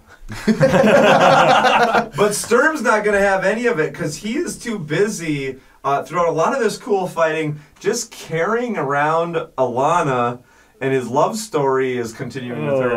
And there's a lot of trembling and eyes flowing with tears and everything else. I just... They did the fight, the battle, the carnage, the chaos so well, and then they threw this in. Why? Yeah, Why would you do that to me? I don't even remember that part. I'm glad for you. I'm a little jealous. It was like the wheels just come to a halt. You're like, yes, dragons are attacking. Awesome imagery. Oh wait. Yeah. It was the part where they're in the door. Yep. That I don't know why you guys have a problem with that. This part was I just felt like the emotion was warranted in this thing where Sturm is doing his best to protect the princess, but everybody's dying behind him. Right. And he's doing everything he can just to protect her, and I felt the danger. It's like his love for her is calling him away from his what duty. He feels his duty. His duty. Yeah, that's cool. I mean, I just picturing myself like, a woman's in danger and you throw her into a doorway and you're blocking the danger with your back and you're like, I'm probably gonna die. I can hear everybody dying behind me. It really stuck with me. I really loved that part. Right. Yeah. No. I liked this aspect of getting back to. I like this part here of getting back to old Sturm. Yeah. Where whatever is going to go in my code. My code says protect the woman no matter what. That's going to be my code. I stand in front of her, like Luke said. I stand in front of her. I'm going to shield her from the danger. And you get the moment of, okay, things are hot and heavy and dragons are attacking and people are running through the streets and emotions automatically run wild at that point. And you're 2 people pressed against each other in a doorway. Absolutely. Make out while Rome burns. And what I have here, the only thing taking me out of the first half is Riverwind. Why are Gold Moon and him still here? Yeah. They actually, why didn't they just go back and do something else? Do you want to know what I wrote down? What? They should have stayed dead in book 1. I mean, they don't come into play throughout the rest of this book. They don't. Yeah. You could have given these characters. You could have let them end on a high note. Riverwind dies when the Black Dragon melts him. Yep. And then to avenge him, Gold Moon sacrifices herself to take down that Black Dragon. And we never hear from them again. And it would have been great. And in our hearts, Gold Moon and Riverwind would just... those characters would have been so much better. I mean, I guess I don't know that if they go anywhere, that they do anything in book 3. We'll find out. To go back to, and I'm going to keep throwing this out, and I'm sorry. There is a whole shtick about Riverwind in Dwarven Depths about Riverwind being a leader among the refugees, and actually it becomes a whole we don't like you because you're different, but we'll honor it. And so we have the races actually coming together because of there is a River drop Gold. line in like Flotsam or something like that where she's like almost becoming like an apostle. Yes. And she's like saving people over to her side or whatever. But I agree with you, Luke. These two characters either needed to go somewhere else or they needed to die. Yeah. I'm with you with dying in book 1. End them on the top of their arc. These guys are just hanging on to this group like a bunch of unsightly skin tags at this point. And I don't know why they're here. Okay. So they fortify the inn. They do, and Chapter 7 is so good that I almost forgot that there are no stakes and that no one will die. And we have to talk about the pin. Oh, the star pin. When they're in the doorway, eventually Alana heads off, but gives Sturm this gift of a diamond pin, and Sturm puts it in his belt, and he's so touched that she gave him this jewel, and then it just drops it. Yeah. It does come up again later on. I mean, like right here. Right here. It's super weird. It's like okay, so because it's set up so that they can feel each other through it later on. But again, I really that's not a thing. But that's not a thing. Like anywhere in the book, it's not a thing. I agree until with it's you. needed. It's not a thing. Until it's needed, it's not. It almost felt like it almost felt to me after reading the whole book that it was one of those things we talked about in the first book where there are a few scenes that it seems like they went back and inserted because they needed some, like you said earlier, MacGuffin. Yeah. They needed something to be able to happen because of this. Right. Well, and then we flash to Raceland. Again, I'm always coming off as just such the crabby... I should have called myself the crabby old man. But we flash to Raceland and Caramon and everybody else in the inn. And what kills me, it's killed me in the last book and in this one, our heroes are never proactive. They're never proactive. They are sitting in this inn acting like chickens with their heads cut off. They don't know what to do. And Raceland brings up that he has herbs, and for a while it sounded like they're all going to commit suicide. And it ends up that the herbs. I think that's what they wanted it to. I thought it was a good end. I thought it was good. What? The thought that this might really suck. Why don't we just... Yeah, I like that where it was... Take the easy way out. Oh my God! I thought it showed Raceland's how he's darker than everybody else. Where he goes, okay, we can't have some of this information. We can't have this. We don't want to be captured by them, so I'm going to end it. Yeah. It was all brain, this just no heart. shows that we are trudging around in this mire of like. Tanis is ineffectual. He's a crappy leader. Raceland is trying to get everybody else to just commit suicide, a ritual suicide in an inn. Quick, put on your Nikes and your black shirts. Yeah, I'm like, no wonder Sturm, who is like straight as an arrow, is the only guy attracting me at this point. 'Cause there is no hero here. Nobody's proactive. They're all just being buffeted around once again. And I took this. The whole, you can take these herbs and die because we can't have this information around, as almost Raceland seeing the possibility of being able to rid himself of these people. Once and for all. You guys take everybody. I like take, this part. Everybody take the herbs. I was waiting for it to become everybody takes the herbs, everybody dies. Raceland's standing there, goes, about time, and like teleports off. Enlighten me though.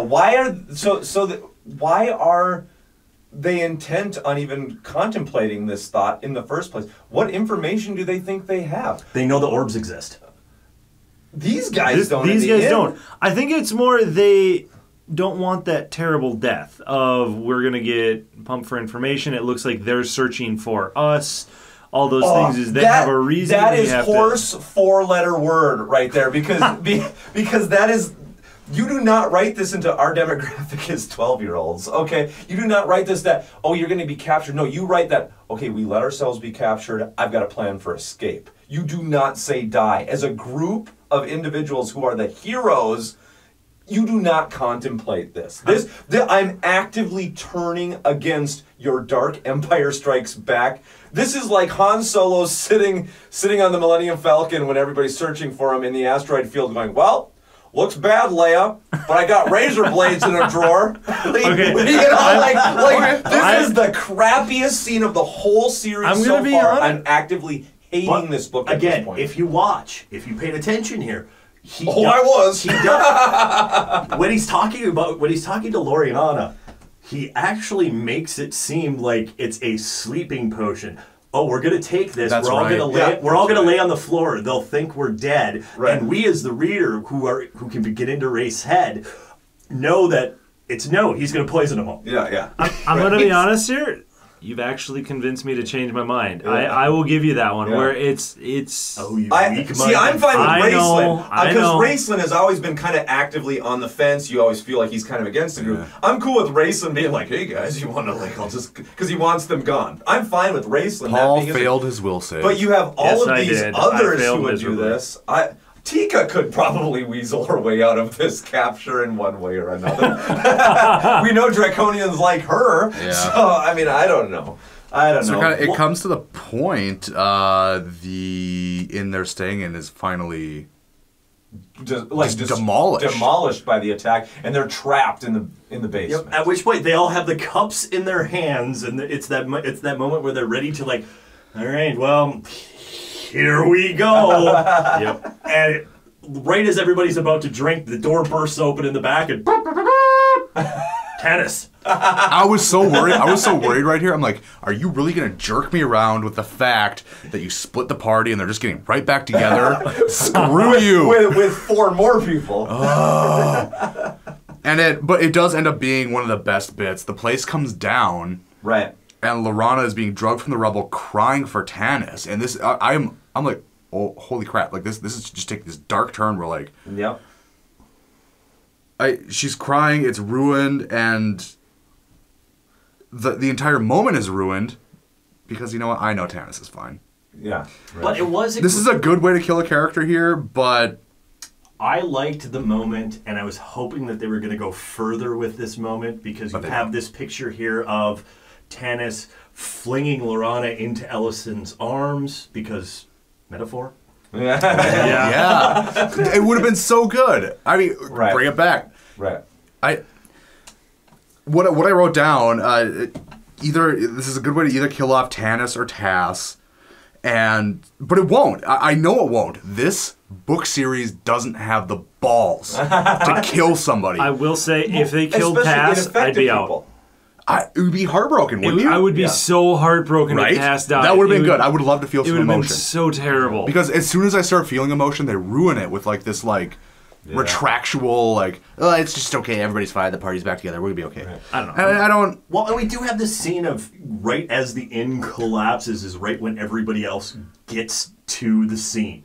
Right when the party's just about to be rejoined, brought back together. Yeah. Brought back together. They get to the inn. They see Elliston and Loriana running onto the back of the inn, and the inn goes down, and well, the High Lord's troops are coming in. We got to get out of here. Yeah, again, don't ever send any of these people to rescue me from anything. Nope. Heroes, they are not. Immediately, there is no, like, I can't think of a human right now who wouldn't see a house collapse, and wouldn't be like, my best friend's in that basement or somewhere in there. I'm gonna hide out in this alley, whatever.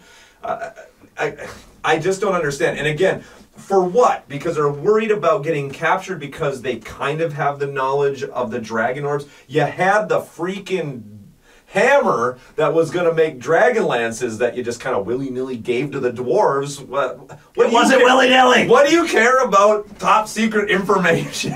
Anyway. And it cuts to rescued by griffins. Rescued by Griffins? Griffin. Goblins riding Griffins. No, goblins are trying to dig them out, and then all of a sudden everything goes quiet, and the Griffins, I think you were supposed to be, for a while I thought it was eagles, because all you hear is about talons kind of digging through. I'm like, oh, what's going on? I immediately went Lord of the Rings. Yeah, it's the same eagle that transports Gandalf around. Yeah, exactly. Yeah, but no, it's Griffins, and it's Alana who's come to save them.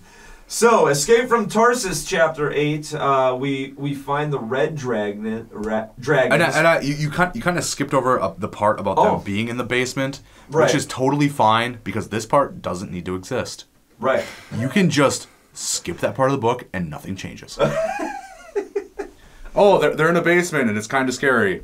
For a second. Like, what? Is it going to fall down on us? Are we going to starve to death? What's going to go on? We can't really move because there's troops outside. Yeah. Well, I like the fact that then these red dragons are a remnant of Lord Verminard, and they're still led by this Viewmaster Toady, so there's a throwback to to the last. Which was interesting. That I was liked interesting. it. I like like that. he lied his way into being a Dragon High Lord. Heck And yeah. I thought it was super cool that all of a sudden we get this character from the first scene of the first book. Yeah. Who evidently has had a character arc I probably would have enjoyed reading about. Because how did you... Oh, there's a book for that. Because I wanted to know... Wait, no, this was the dude at the beginning who was just running some ragtag guards and captured them and then lost them, and he... Didn't the Dark Queen kill him? Don't you go to the Dark Queen and go, yeah, we lost the most valuable prisoners we've ever had, and she just goes... Yeah, no, he was. No, he's a Dragon High Lord, right? Because he was the only one who survived the party taking down Lord Verminard's army and all of that. So It's because he ran. yeah, and that comes up. History is written by the not so much the victor in this point, but the survivor. And he just lied his way into being a High Lord. Yeah, which right. is absolutely hilarious. I love that part. Yeah, I did too. So let's jump onto the back of these griffins here. Alana Starbreeze comes and rescues them. She needs warriors to help find her father. What I don't get, again, doesn't care about rescuing Sturm, who I guess she was madly in love with, but, she's not going to spend time looking for him. But that kind of comes into who she is deep down. It's true. She doesn't She's a want to have this... Sylvanesti elf. Yeah, she's not supposed to have relationships with humans. She's not even supposed to like humans. Yeah, exactly. Yes. And I do like the fact that when we're riding away on the griffins, we're being chased. There's a contingent of blue dragons with the blue dragon High Lord, who nobody knows about yet, coming at us, and it happens to be that the griffins are just a nudge faster. Yeah, I like that. So we have an immediacy there. It's not like we talked about before with book one, where why are we still running? You got away from everybody. Right. No, Yeah. you're still being chased. Yes. If there's Right. one thing they do really good in this book, it is adding that sense of urgency. Yes. Yes. Compared to I that agree. first book, they did a great job of adding that. And that was, one of my first notes for chapter 8 is, and just like that, I'm back in. Right. No matter how I much agree. you screwed up, chapter 7 started on such a high note, and you screwed up, and then I'm right back in. This book shines when they're talking about lore and history. I agree. And here we get a download from Raceland on Dragon Orb history. And That's it. That's it right there. I love this stuff. Again, this book is such a roller coaster that it can have me actively hating it, and then all of a sudden, by the time we get to 9, I'm back in. And so we get this download of the Dragon Orbs. Yep. But again, we have one of the reasons we get the downloads of the Dragon Orbs is all of a sudden Raceland isn't Raceland anymore. Yes. Yes. All of a sudden he has his little epileptic seizure, comes back speaking with a different voice to give us this download. Right. Yeah. And this is kind of this odd, I don't even know that I would call it foreshadowing, because foreshadowing is a little bit more vague. Right. Whatever they're trying to do here, for no shadowing. I don't even know what you call it. It's good though. It's very interesting. And at this point, the party is actually split, and my mind is actually being blown. Yeah. I am really enjoying this, and we have Tanis, and I am enjoying him when he's not being an emo, lovesick teen. This book takes an entire 180. Right, I agree. Right here. I love that we learn about the 3 moons here. We got Yes. the 5 Oh, towers yeah. of sorcery. All of this stuff.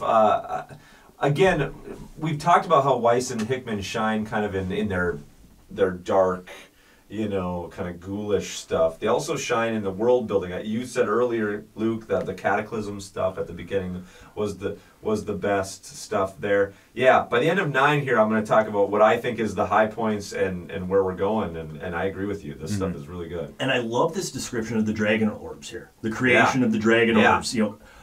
They had to be created by all 3 mages working together, Right, which that's cool. we had gotten a little bit of information about. Yeah, all 3 mages don't work together ever. For anything. But in order to create the Dragon Orbs, all 3 mages, mages of all 3 orders, had to work together. Right. Don't you dare try to use this thing unless you're insanely powerful, because it will blow you up, mess up your mind, and there will be another cataclysm. Right. That is gonna go on. But we find Alana's father, Lorak, is taking a dragon orb and might have used it. Taking a Dragon Lord like he's just dropped E? Dragon orb with Chapter 9, holy crap. I have no words. I am I'm loving this book. Oh, this when I first read this through, completely threw me. Blown away.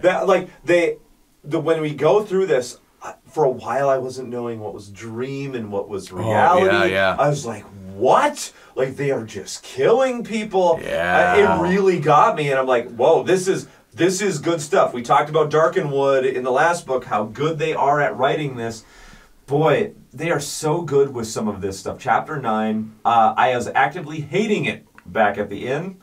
Loving Chapter 9. Okay, I want to hear you guys what you guys were thinking about during this. Yeah. I want you to pronounce who the clerics are of. Who the what? Clerics? Who the clerics are of. Istar. Ishtar. I know. In my head, Ishtar. I know. The entire time I read it as Ishtar. Yeah. Ishtar. Sweet, is Ackroyd going to show up?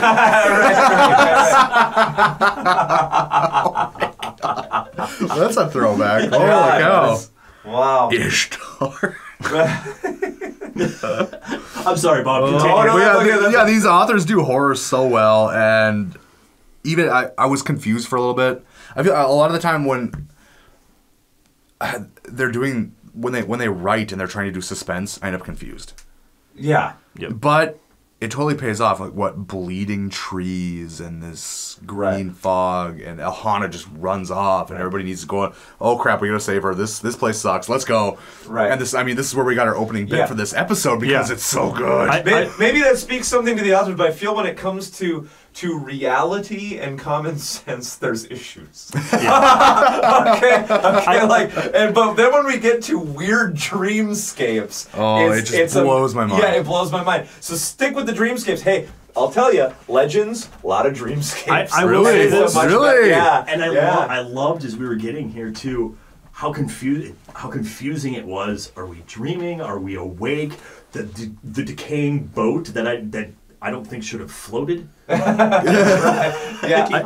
I will say, because of my forgetfulness, I forgot my book. So at one point, I was listening to this as an audiobook, and I had a driveway moment where I was stopped and I needed to leave. I literally sat in my driveway and finished the chapter. I sat and listened to it. That's awesome. Finishing the chapter because I loved this chapter and how dark it got. And even the illustration. Yeah. It's freaking creepy, man. Yeah, I like this tree stuff. illustration's great. And it's during this whole part that, again, Raceland makes a deal with someone that turns his robe black and gives him the power to lead the others towards this tower. Foreshadowing. Because I don't know if we said this, but there is they're trying to get this to this tower. The Tower of the Stars is where they think where Orak is. Yeah, where Elhana's father is. Yeah, where Elhana's father is. We're trying to get through this haunted forest. I don't know if you'd call it haunted, but it becomes beyond haunted. Yeah, it is your worst nightmares kind of being manifested. Fleshy, bleeding trees, zombie elves. The animals, there's like the one picture of the animal that hops out of the woods and then just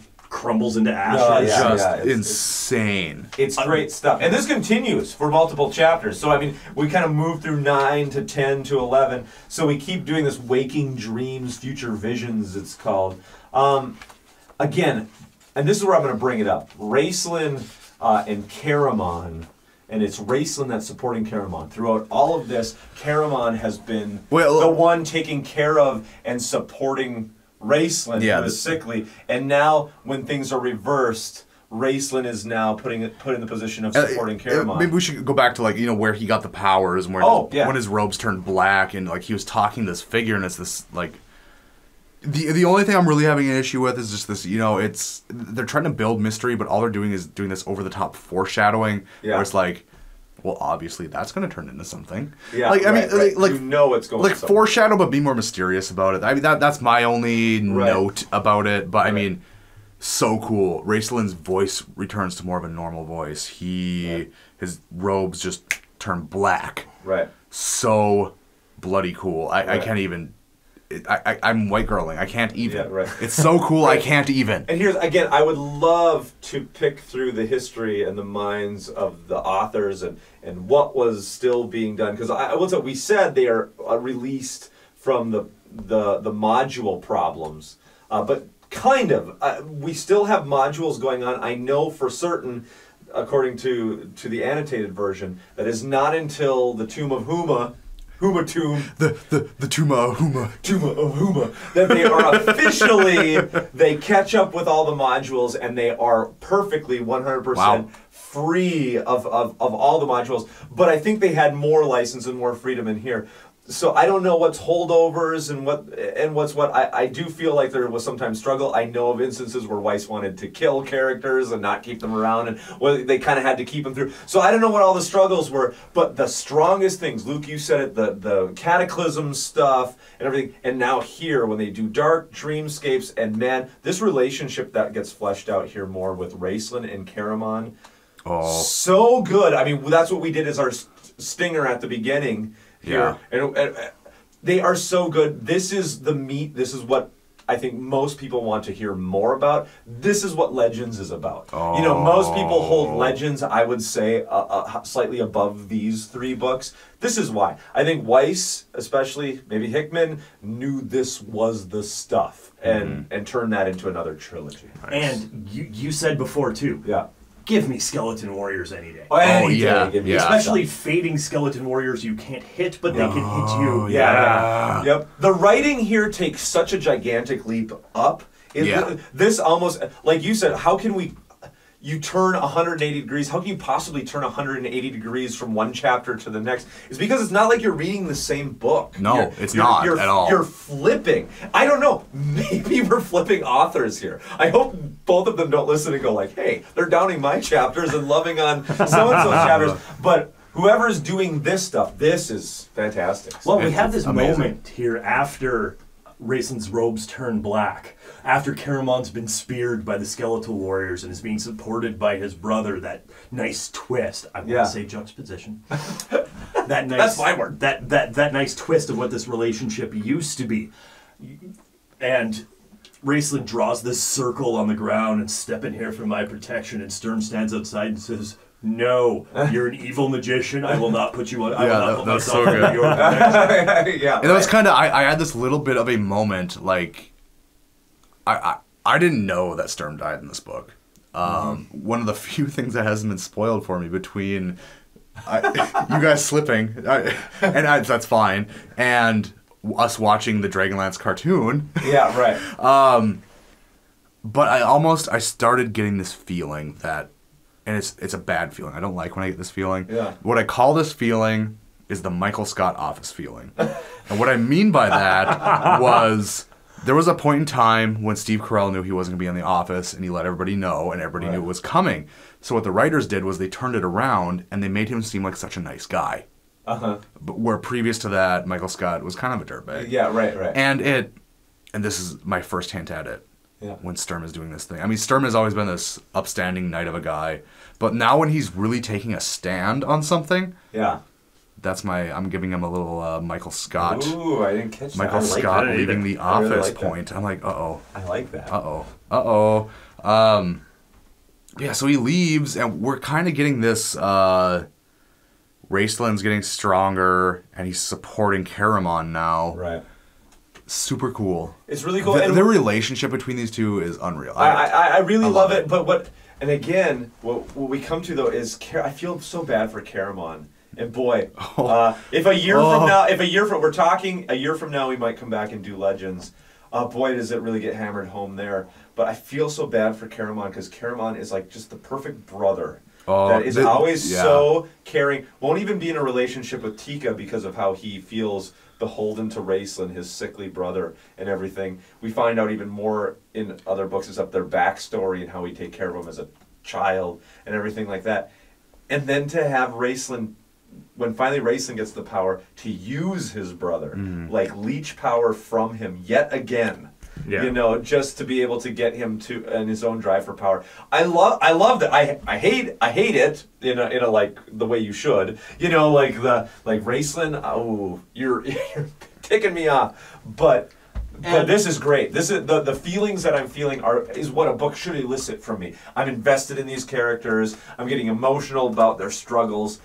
This is good stuff. This is the meaty part of this. Absolutely, it is. And we have this point where we almost do kind of. Raistlin actually kind of almost explains that they're in a nightmare. Yeah. but not really. So No. you really don't know what's going on. And Sturm just walks away from everybody into the dark woods, and it's that because he won't be protected by the evil mage. Right. And so it is that point. Where the hell's Sturm going? Yeah, right, Sturm exactly. can't walk off into the woods by Right. himself. He's gonna die. Right. And eventually we get into this tower. I mean, everybody's dying. By the end, everybody's... The only thing I want to bring up about the whole raced Caramon, leaving him to die thing was it was very... it made me think of, how movies are these days where a lot of things are said, but very few things are showed. Yeah. And I felt a lot of that in this book where a lot of things are said. Yeah. But right here, it is shown. Yeah. How much Caramon... Show me, don't tell me is a big deal. Yeah. How much Caramon cares for his brother to the fact where I'm dying because of him. Yeah. But, I'm going to lie, and I'm going to say that it's not his fault. Yeah. Because I told him to go away. Yeah, I'm actually getting, real life human feels. Yeah, no, I agree. This part of the book. I agree. And that, again, how can you do 180? This is why you can do 180. Right here. Yeah. So they enter into the tower. We jump in here with chapter 10.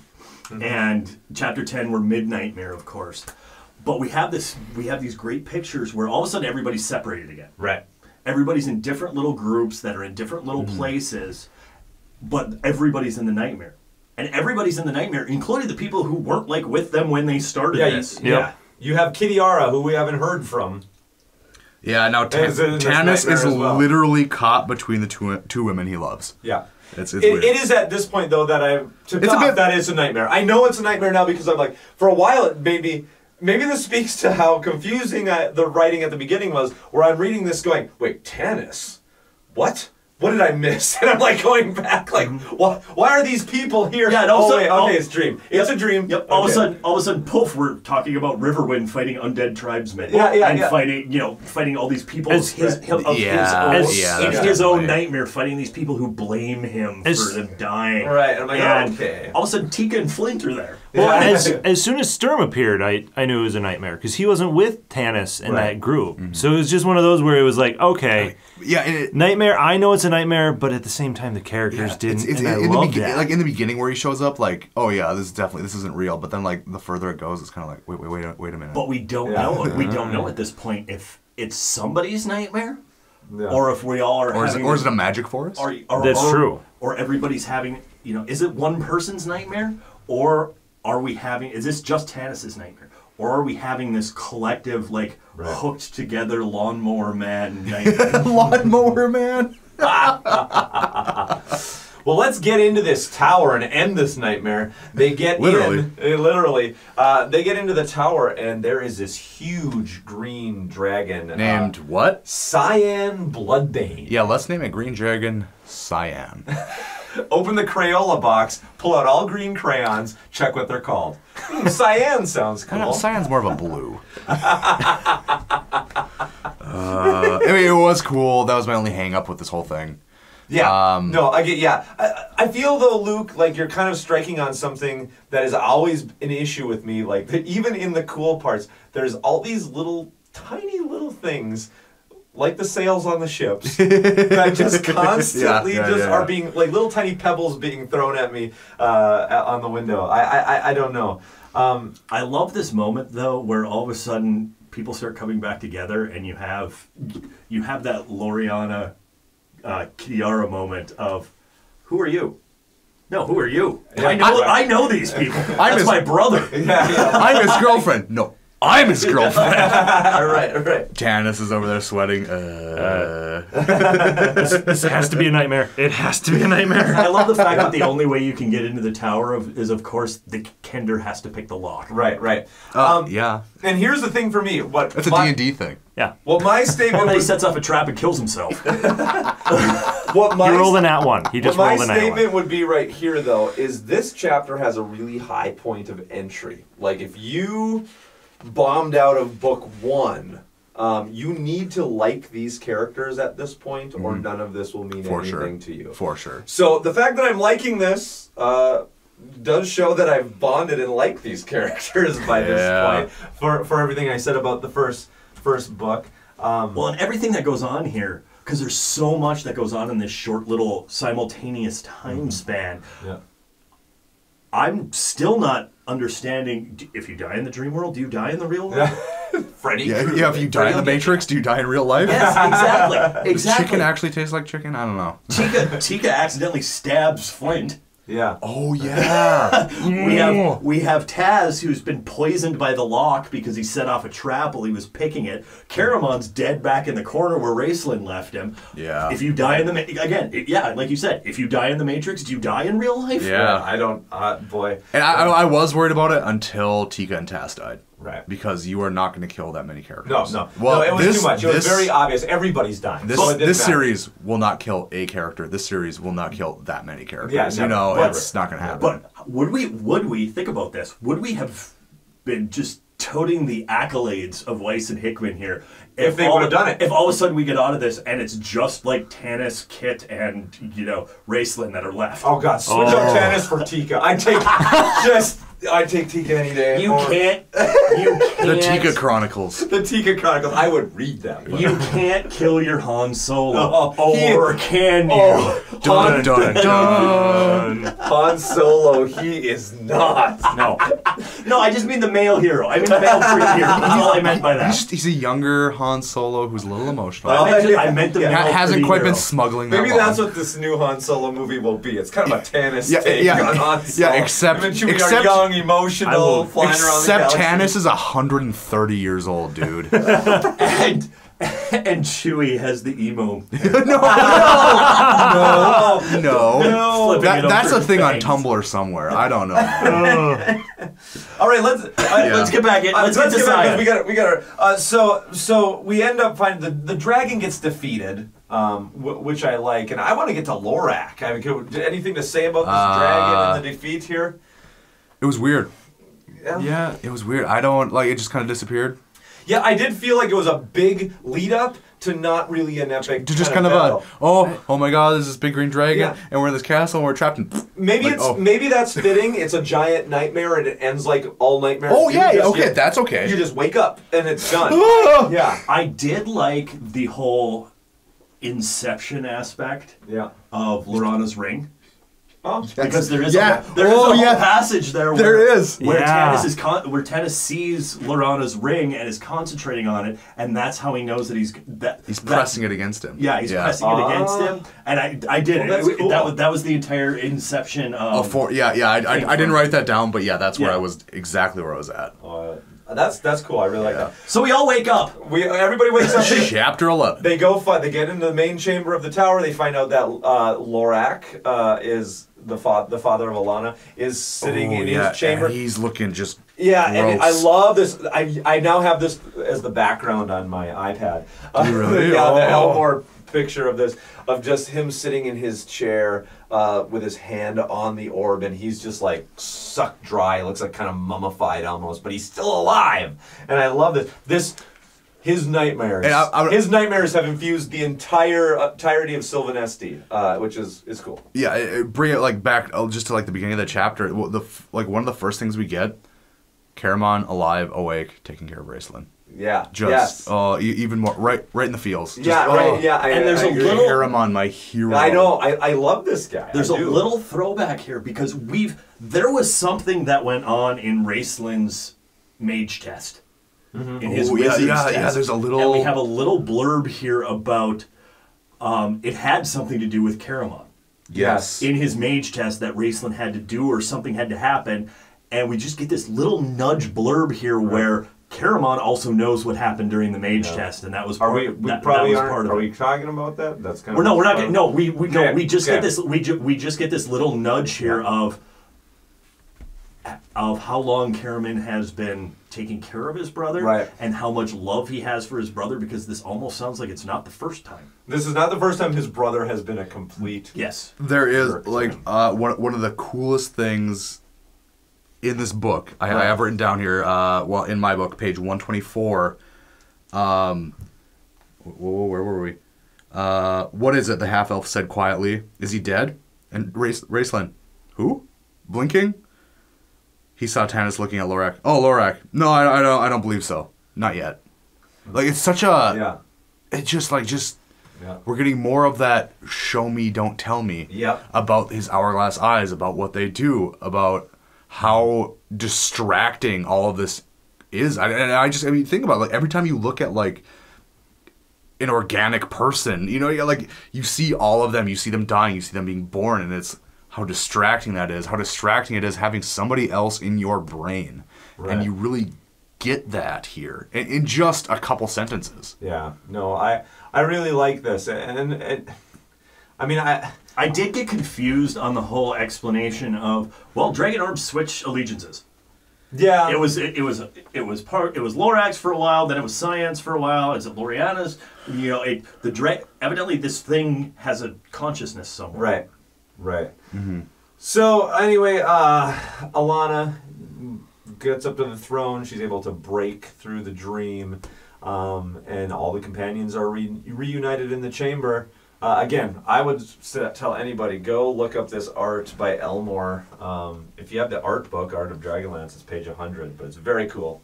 It looks like a cover of an Iron Maiden album, and I kind of dig it. But let's get to chapter 12. We got to get moving on. Chapter 12, Vision Shared. The Death of Lorak. Yeah.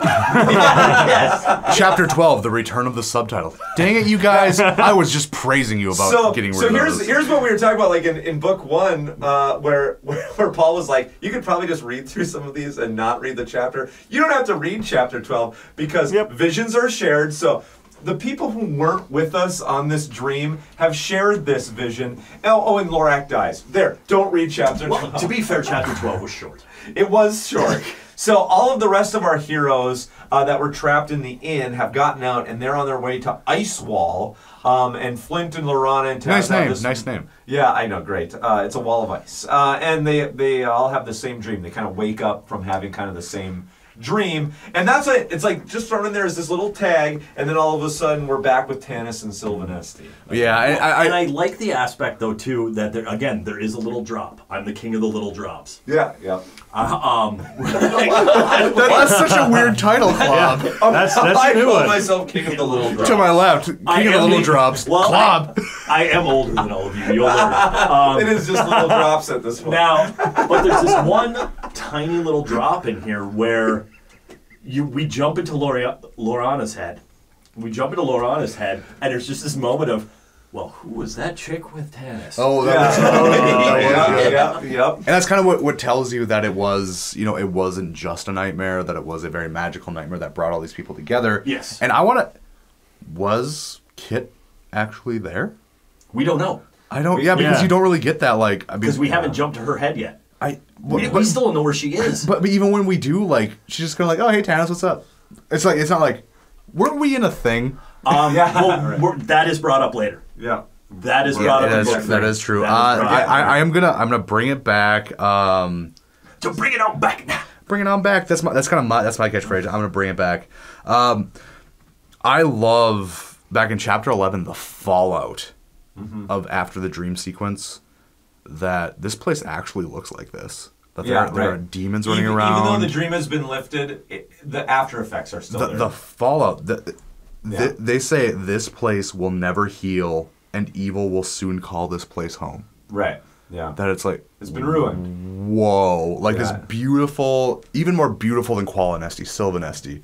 This pure elven place. More beautiful than what it was like in the cartoon. It's not just windows pasted onto trees. Well, can we? Hey, that's good. easy. So this perfect place ruined forever. Yeah. And I love the fact that everybody's kind of waking up and everybody's kind of stumbling into the room together and going, did that really just happen? Right. And then all of a sudden we have Taz coming in and going, boing, boing, boing. Well, that was fun. Did you all have the same dream? Once again, Taz is my favorite character. You guys, the Oculus Rift update is crazy. Like the way Taz just approaches everything is just, I love hilarious. It. It makes everything, any tension, anything that you need broken, throw Taz in. It's great. Right. I do like the fact that, going back to chapter 12, that Tanis talks about how he and Raceland's relationship has kind of forever changed because of what happened. And I like that. You got to call that out, because let me tell you, at this point, Tanis, you are the leader. You're responsible for everyone's lives, and you got this shifty guy that keeps hanging out with you, kind of actively always working against you, and now he's just put on black robes. And I mean, why would you ever trust this guy again? He's been trying to get you guys to commit suicide in the bottom of the inn. And that'll throw back to what he said earlier. I'm not following him. We're just kind of going to the same place. Same place, yeah. I like almost like they're two leaders. They're co-leaders in some way. So, and nobody's listening to Raceland necessarily. Okay, one of the things I really liked as we end chapter 12 here and as we get towards the end of book 1 is we have this whole explanation of Lorac's funeral. Yeah. Lorac had actually taken his daughter aside, or had explained to his daughter privately that for all the bad things he did, he doesn't deserve a proper funeral, just put me in the ground, which is this barbaric tradition. And this idea of... I did like that. That's some good culture for the elves, yeah. So after he's dead, we have Tanis stepping up, being, Tanis again, here, going, we will help you with the funeral, we'll help you with the preparations for the traditional elven funeral, we'll take care of this. Goldmoon even comes up and says, well, I do happen to know a little about religion and funerals. Hey, remember, I'm a character in this book. Yes. And she shuts him down.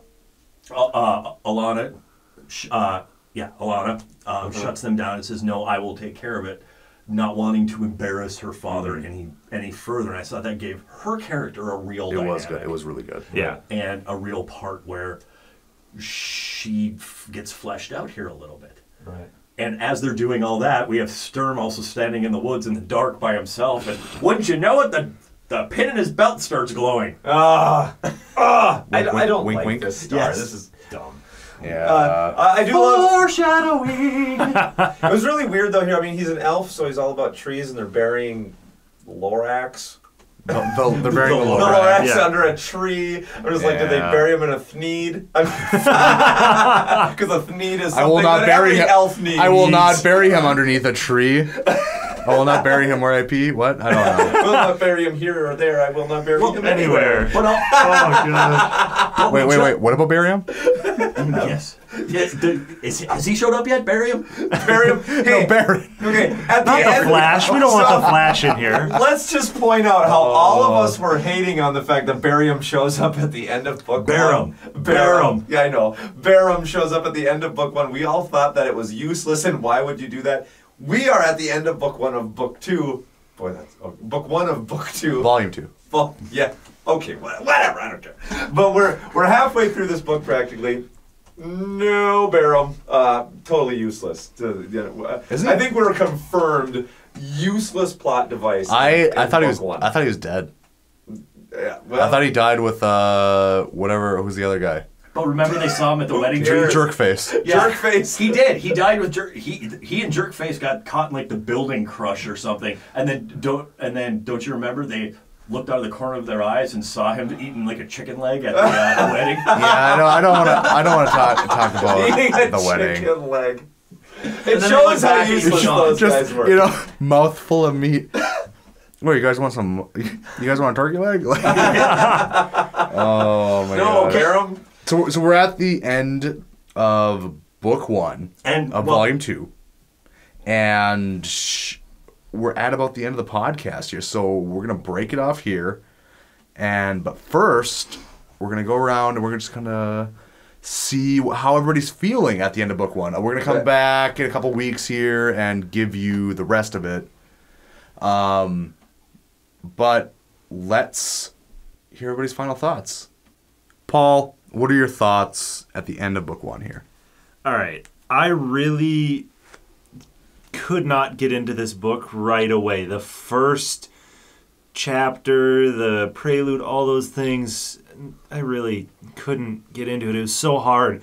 But after, I think it was chapter 4, I loved it. Like, so far, I am really enjoying this book. You guys seem to have had more ups and downs than I did. I really seem to be enjoying it, and I'm hoping they continue this for book 2 and book 3 of this volume. I'm really looking forward to continuing reading through these and coming back and discussing it with you guys. Klob, what do you think? I'm in. I'm in. By the time I'm looking at my notes here, and I've said before, I'm through all three. I'm reading the middle quill. It's not really a prequel; it's a middle quill. Middle quill. I'm in. Dwarves. I'm in. I love these. I love these characters.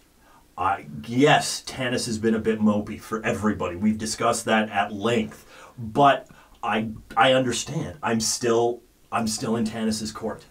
I'm still a Tannis guy. I want more out of Flint. I want to see more of the crabby old dwarf. That's really what I want. I want to see more of what we talked about in the first episode with the Tasselhoff Flint R2D2 C3PO relationship. I want to see more of that. I want to get rid of Loriana.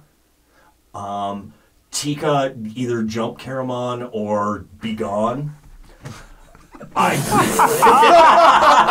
me start over. No, that's fine. Keep going. Okay, well then we're going to have to do a cut in here. Because I lost my place completely. Oh, okay. I was going to say otherwise. It'd be hard to cut all those laughs and stuff and make its place. But you're a wizard. You're a wizard, Annie. I love Weiss and Hickman doing creepy. This final scene in book 1, the dream sequence, going through the entire dream sequence, how weird and creepy it was. I'm a Raceland fan as well. I like the fact that he's being set up here to the distinct possibility that in the future he could be a bad guy. And I'm not spoiling anything by saying that. We're getting the foreshadowing at the end here through this dream sequence that maybe Raceland's going to screw everybody over for more power. I like that. I like that chance of the characters not being a happy little family anymore.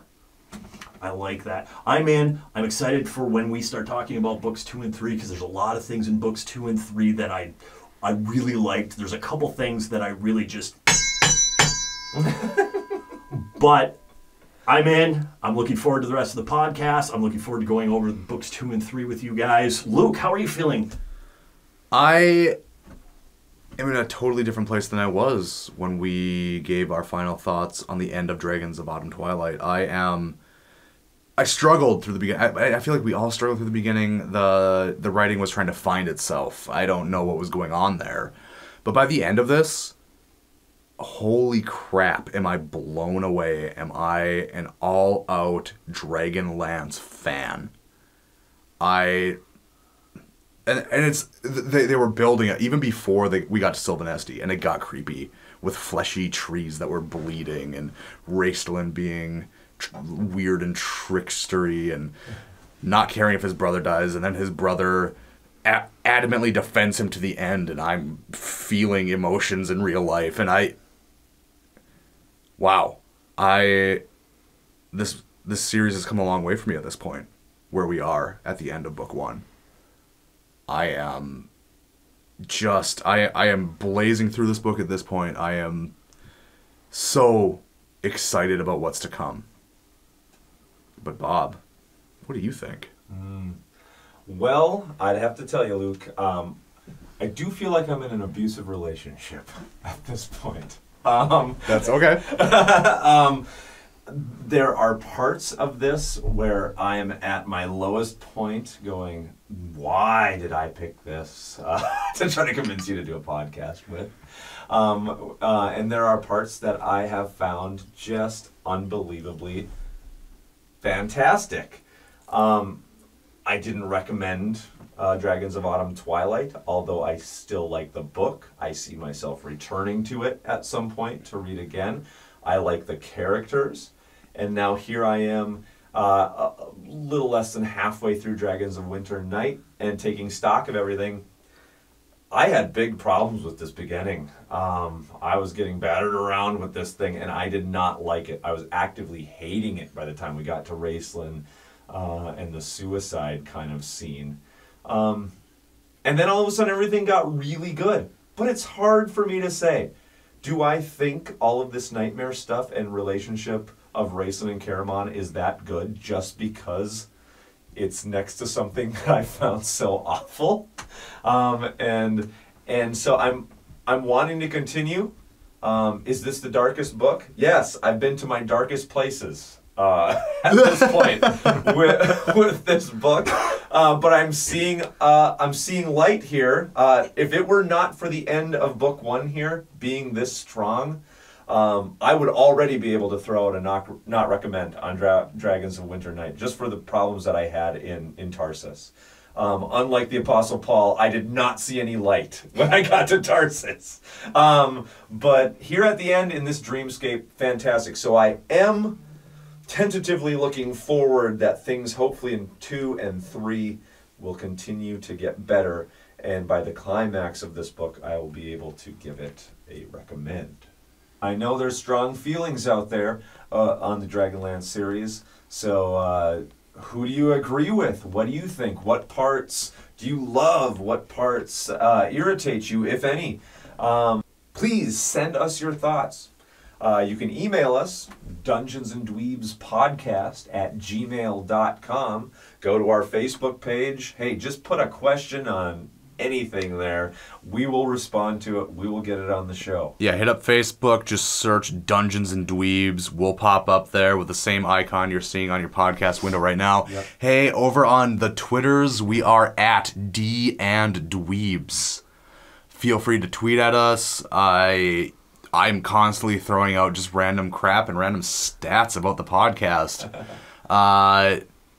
We want to hear from you guys. We're enjoying the love that the Dragonlance community is throwing towards us right now, and it is unbelievable. Right. We're seeing the download numbers. We know there's lots of listeners out there.